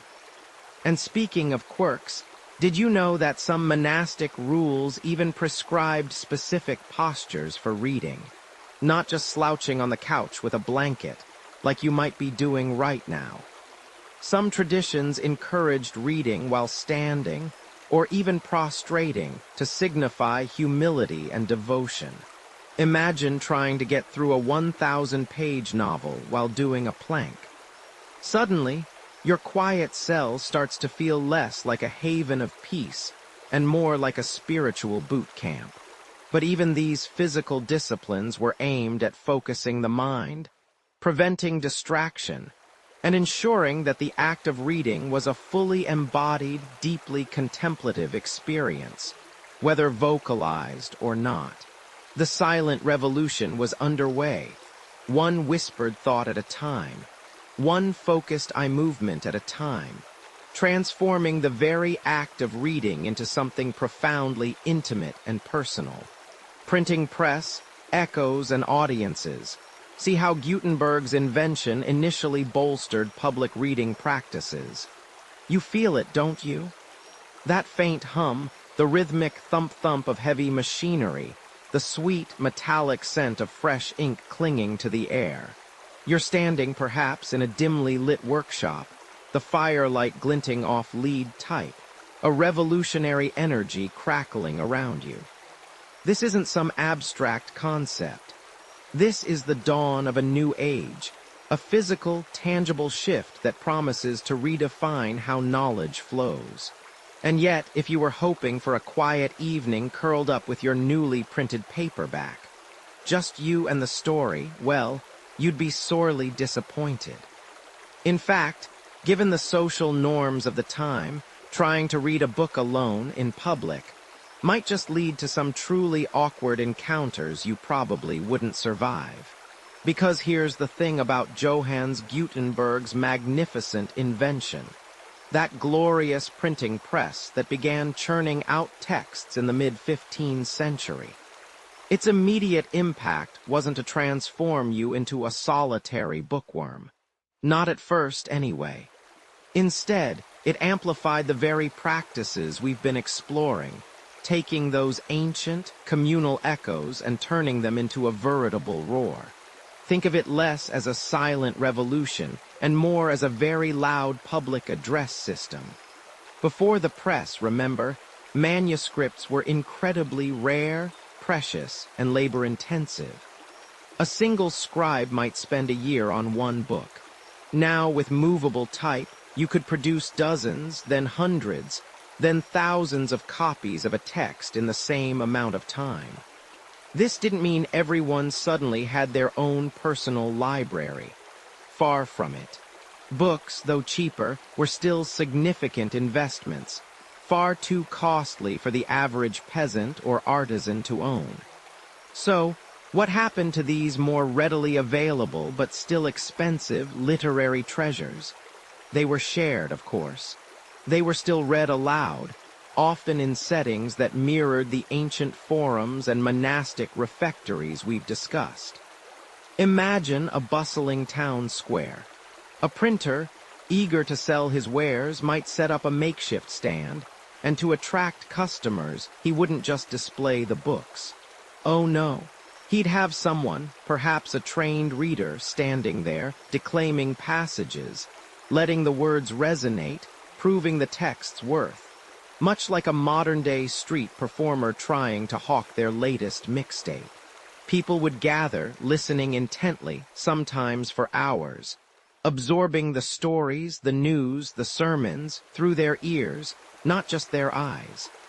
It was still a public spectacle, but now with a volume knob turned way up. Even within households, the pattern persisted. A family might pool resources to acquire a Bible, a collection of sermons, or perhaps a popular romance. This single, cherished volume would then become the centerpiece of evening gatherings. One literate member, perhaps the paterfamilias or a particularly eloquent child, imagine the pressure, would read aloud, the others gathered around, listening, discussing, sharing in the experience. You couldn't just wander off to your room with your nose in a book. That would be akin to ignoring a captivating show your entire family was enjoying together. Rude, really. And here's a rather quirky tidbit. Early printers, despite their revolutionary technology, often left blank spaces within the printed text. Why? Because they still expected and even encouraged professional illuminators or scribes to add decorative capitals, marginal illustrations, or even entire painted scenes by hand. It was a fascinating blend of the old and the new, a testament to how deeply ingrained the visual and communal aspects of manuscript culture remained. It's like buying a brand new Tesla, but still expecting a stable boy to polish the wheels with a chamois cloth and whisper encouragement to the battery. Some traditions just die hard. This era saw a surge in printed broadsides, ballads, and pamphlets. Cheap, single-sheet publications that were explicitly designed for public consumption and vocalization. They contained everything from news of distant battles to moralizing tales, from scandalous gossip to rousing political rhetoric. These were the social media feeds of the 15th and 16th centuries, meant to be read aloud in taverns, markets, and public squares, sparking debate and shared outrage or amusement. You weren't just reading the news, you were performing it. Imagine trying to catch up on current events by having to listen to a dramatic recital of a newspaper. Exhausting, perhaps, but certainly memorable. This widespread practice of public reading wasn't just a carryover from the manuscript era. It was actively reinforced by the economics of printing. While books became cheaper per copy, the sheer volume of output meant printers needed to cultivate a broad audience.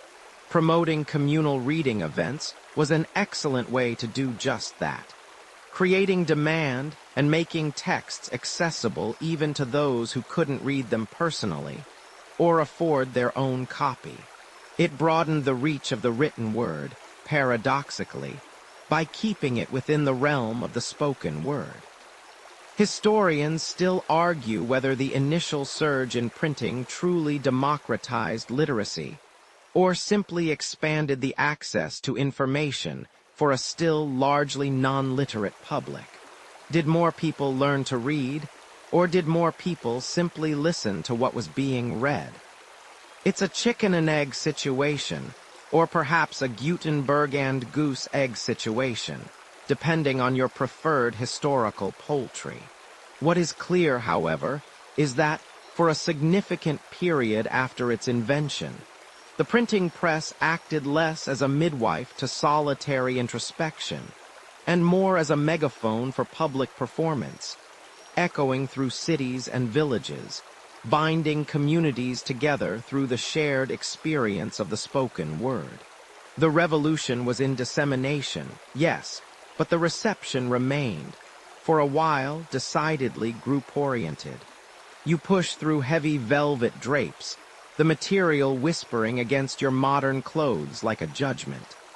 The air, thick with candle wax and expensive perfume, hums with the low thrum of intellectual conversation, punctuated by the delicate clink of teacups and the rustle of silks.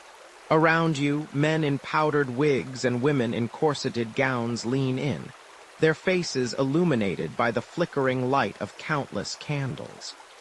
This, my friend, is a salon in 17th or 18th century Paris, London, or Vienna.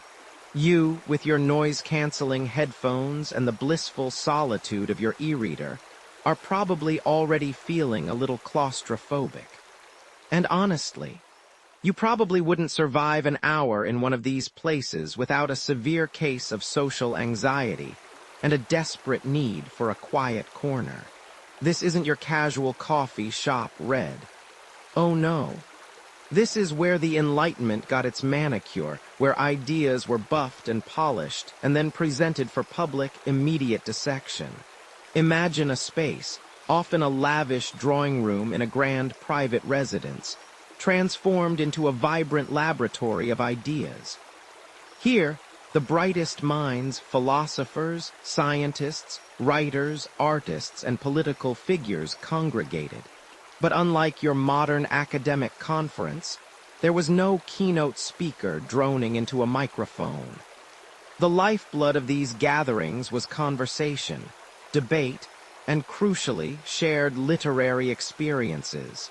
At the heart of it all, invariably, stood a woman. Not just any woman, mind you, but the salonière, the hostess. Figures like Madame de Rambouillet, whose chamber blue in Paris was legendary in the 17th century for its refinement and intellectual rigor, or Madame Geoffrin in the 18th century, who practically ran the intellectual social circuit from her Rue Saint-Honoré residence, weren't just throwing fancy parties.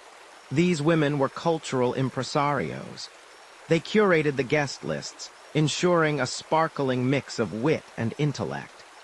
They set the tone, often steering conversations, mediating disputes, and perhaps most importantly for our story, deciding which new works would be introduced to their esteemed circle. They were the original influencers, but instead of hawking detox teas, they were championing Descartes or Diderot. A hush falls over the room.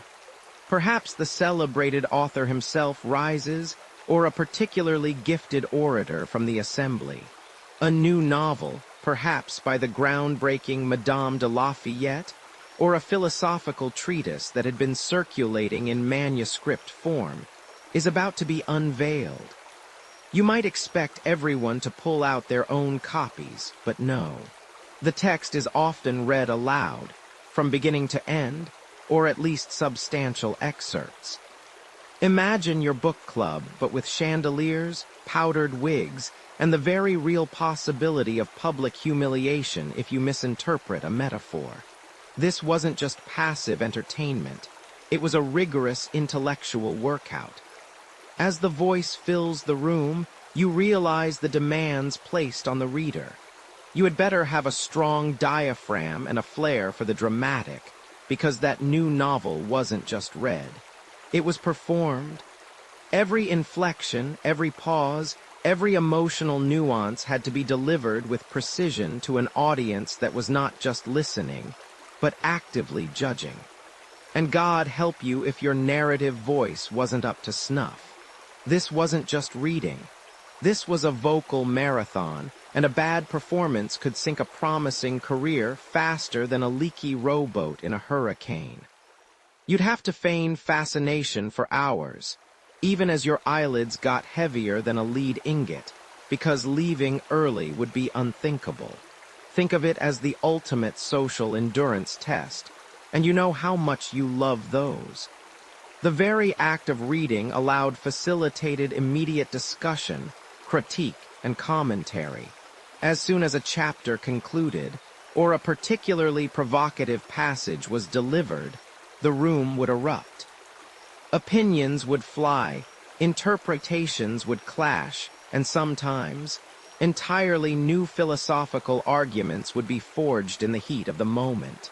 This communal experience shaped public opinion, influenced literary tastes, and even, in some cases, provided a crucial launchpad for careers. A book's success could hinge on its reception in a handful of these elite drawing rooms. This was peer review, live and in person, with the added pressure of being surrounded by the very people whose opinions mattered most in society. And here's a little tidbit you might not expect. While seemingly formal, these salons could also be the birthplace of intellectual mischief. Some saloniers would even host conversation games, where guests had to improvise speeches on absurd topics or debate the philosophical merits of a teacup. It was like improv comedy for the Enlightenment set, just with more powdered wigs and a much higher bar for witty repartee. The point was to demonstrate intellectual agility and charm, even when discussing the profound meaning of a porcelain figurine. Remember how the printing press, initially, didn't immediately usher in an era of silent, solitary readers. Well, the salon proves that communal engagement with the printed word wasn't just a lingering echo from ancient Mesopotamia or Rome. It adapted, it evolved, it found new, glittering spaces. Books were still expensive, and while their cost was decreasing thanks to those presses we talked about earlier, access was still limited for many. Sharing a single copy, read aloud by a skilled voice, democratized the text within the confines of these elite circles, spreading ideas faster than if everyone waited for their own personal copy. But as for the true impact, historians still debate whether these salons were genuinely engines of revolutionary thought and Enlightenment ideals, or merely elegant echo chambers for the elite, reinforcing existing social hierarchies under the guise of intellectual pursuit. Did they truly foster new ideas, or did they simply provide a sophisticated stage for existing ones? Regardless, what is undeniable is that for centuries, even after the advent of mass-produced books and the slow, almost subversive emergence of silent reading, the book remained, in many significant ways, a social creature. It demanded a voice, an audience, and a shared space, reminding us that even the quietest whispers of the mind often began as a public proclamation. You pull the covers up, nestling deeper into your favorite reading nook, the lamplight casting a warm, intimate glow on the page. The scent of old paper and quiet contentment fills your senses as your eyes trace the lines, absorbing words not spoken aloud, but absorbed, felt, experienced. This isn't a performance. It's a communion, a secret whispered directly into your mind. You are utterly, wonderfully alone with the story, a feeling so natural now, so ingrained in our very concept of reading, that it's almost impossible to imagine a world without it. And honestly, if you lived in that older world, where every text was a social event, you probably wouldn't survive this quiet isolation. You'd probably spontaneously combust from the lack of an audience. But here you are, experiencing something revolutionary, something that only truly bloomed with the rise of a literary form we now take utterly for granted: the novel. Imagine, if you will, the sheer audacity of it. For centuries, as we've explored, the written word was a public declaration, a communal chant, a shared spectacle. Scrolls were too unwieldy for solitary contemplation, manuscripts too precious not to be declaimed for an assembled few, and even the early printed books, while more accessible, often served as fodder for salons and family readings. The very act of reading was a performance, a social glue. Then, slowly, almost imperceptibly at first, the narrative began to shift. The mid-18th century saw the true flourishing of the novel as a popular form, with works like Samuel Richardson's Pamela, or Virtue Rewarded, 1740, and Henry Fielding's Tom Jones, 1749, captivating readers across society. These weren't didactic tracts meant for public edification, nor were they epic poems designed for grand recitation.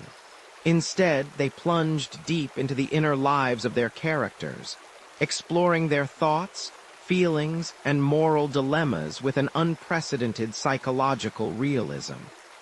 You were invited, almost compelled, to step into another person's consciousness, to live their experiences vicariously, unburdened by the need to articulate them for others. It was like finally getting to listen to everyone's internal monologue, which, let's be honest, is often far more interesting than their external dialogue. Unless you're at a family dinner, then the external dialogue is usually pretty wild. This new literary genre demanded a different kind of engagement. How do you appreciate the subtle nuances of a character's internal conflict, their secret yearnings, or their quiet despair, if you're constantly sharing the experience, perhaps pausing for commentary or performance? You don't. You need silence. You need solitude. The very structure of the novel, with its long, continuous narratives, its focus on individual consciousness, and its often epistolary, letter-based, or confessional style, lent itself perfectly to this emerging private sphere. You could linger over a passage, reread a paragraph that resonated deeply, or even shed a tear without fear of interruption or judgment. It was your secret world, your escape. Think about it. Before the novel, much of literature was either instructional, historical, religious, or performative poetry and drama. The focus was outward, on conveying information, preserving history, or enacting a shared ritual. The novel, however, turned the gaze inward. It became a mirror, reflecting not just the external world, but the complexities of the human heart and mind. And that's a pretty heavy mirror to lift in a group setting. Someone's bound to drop it.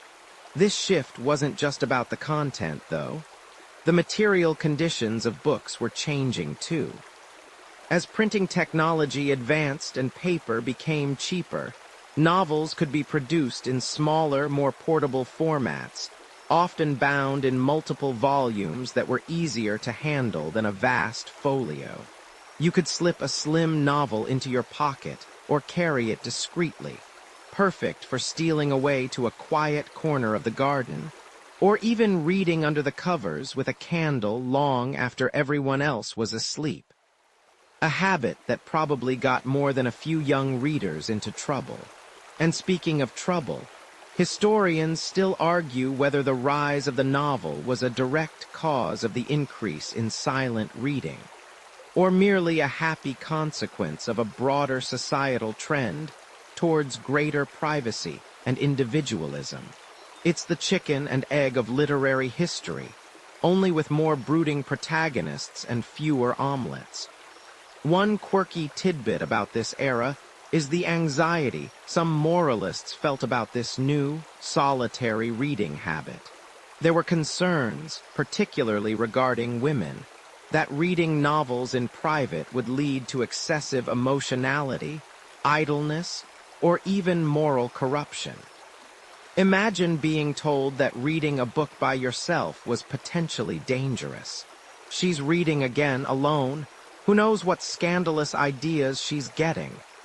They'd whisper, as if you were secretly fermenting rebellion in your brain. But for many, especially women who often had less access to public spaces and communal gatherings, the novel offered an unprecedented window into other worlds and experiences, a powerful form of self-education and emotional development, all within the confines of their private sphere. It was the ultimate me time before me time was even a concept. So, as you curl up with your favorite book today, lost in a world woven entirely by words and your imagination, remember that you're participating in a relatively recent phenomenon. You are a product of the novel's quiet revolution, an inheritor of a radical shift in how we engage with the written word. This intimate, personal act of reading, where the author speaks directly to your mind without the clamor of a crowd, where stories unfold in the silent theater of your own consciousness, is perhaps the most profound legacy of the novel. It made readers not just passive listeners, but active participants in the creation of meaning, forging a bond between writer and reader that was truly unique and utterly private. It allowed you to become the main character in your own reading adventure, no casting call required. This quiet revolution, however, set the stage for even more profound transformations in how knowledge was disseminated, how society functioned, and ultimately, how you experienced information in the privacy of your own mind. It opened doors not just to stories, but to worlds of private thought, personal growth, and individual contemplation, changing forever the soundscape of literacy from a vibrant chorus to a silent, powerful whisper. And this whisper, gentle listener, carries us forward into the very concept of information as something you primarily consume alone, through your own eyes, rather than your ears. You're nestled deep within a plush armchair, lamplight casting a warm glow over the pages in your hands. The only sound is the gentle rustle of turning paper, the quiet hum of the night outside. You're utterly alone with your thoughts, your imagination, and the words woven by someone long gone, speaking directly to you and only you. It's a profound intimacy, isn't it? An unparalleled private journey. But here's the kicker, a little secret just between us. If you were dropped into almost any historical period before, say, the 17th century, and tried to reenact this scene, you'd probably stick out like a sore thumb, and possibly wouldn't survive the scandal of being so utterly rude. Just kidding, mostly. But seriously, the sheer volume of text you consume in a day, almost entirely in silent solitude, would be utterly bewildering to our ancestors. Remember how we talked about the radical, almost subversive act of silent reading, how monks in quiet cloisters began to embrace it for deep contemplation. Well, that quiet revolution, once confined to the most dedicated scholars and hermits, started to ripple outwards, slowly at first, then with increasing momentum, until it reshaped the very fabric of society. It began as a trickle, a novel curiosity, and then became a roaring river, carrying countless individuals into their own private literary worlds. You see, the printing press, that glorious invention we discussed, did more than just flood the market with books. It subtly, profoundly, changed the way those books were engaged with.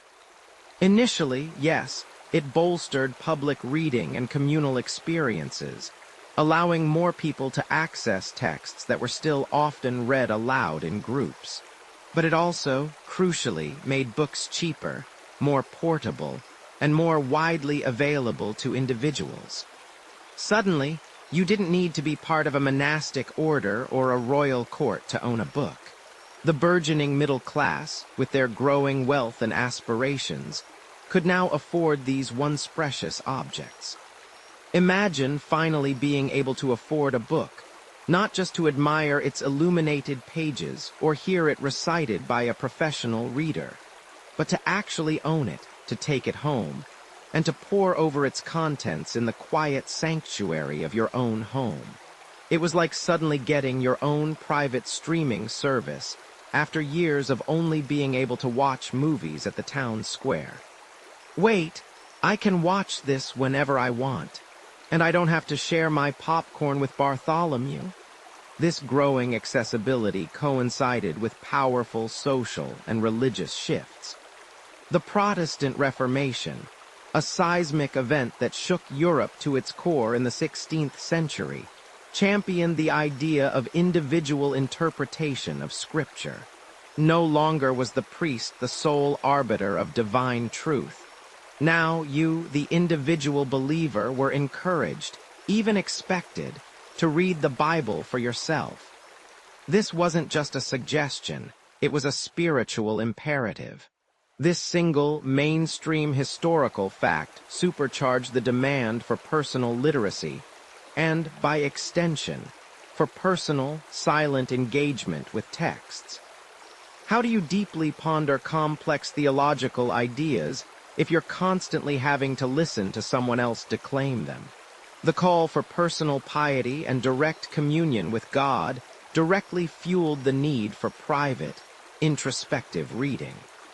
As more and more people learned to read, and as books became personal possessions rather than communal assets, the act of reading itself underwent a profound transformation.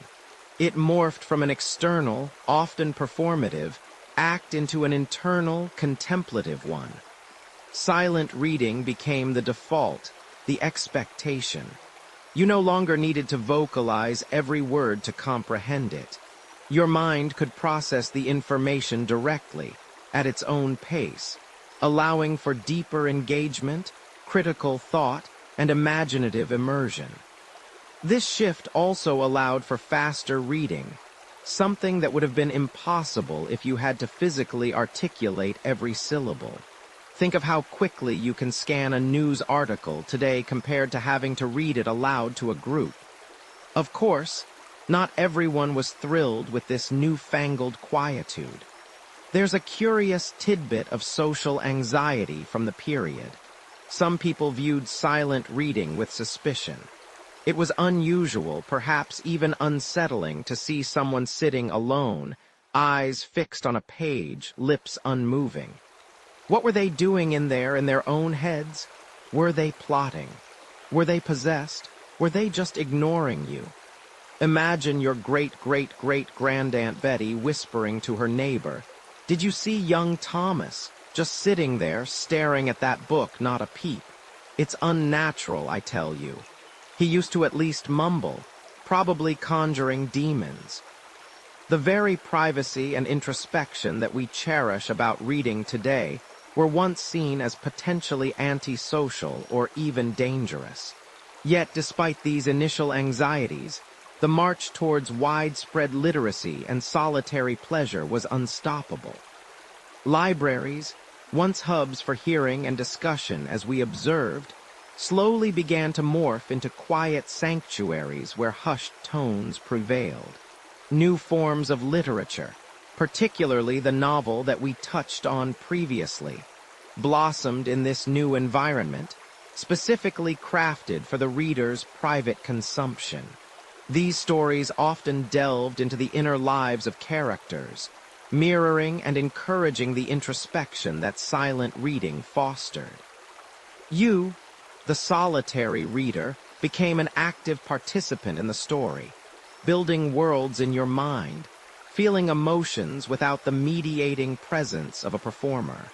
Historians still argue whether the widespread adoption of silent reading was primarily a consequence of these broader societal shifts, like the Reformation and the rise of the middle class, or if it actually drove them, fostering a new sense of individualism and privacy that then reshaped society. It's a bit of a chicken and egg situation, isn't it? Did the ability to read silently make people more individualistic? Or did a growing sense of individualism create a demand for private, silent reading? Either way, the transformation was undeniable. By the 18th and 19th centuries, the image of a person quietly absorbed in a book, often by a fireside or in a study, became a powerful symbol of intellectual pursuit, personal refinement, and the very essence of modern leisure. You no longer needed a performance. You simply needed a page and your own magnificent, quiet mind. You settle into your favorite spot, the soft lamplight casting long shadows across your quiet room, a book resting open in your hands. The scent of paper, perhaps a little musty, fills the air around you, a small, intimate world you've created just by being here. You might even shift a little, adjusting your pillow, letting out a soft sigh of contentment.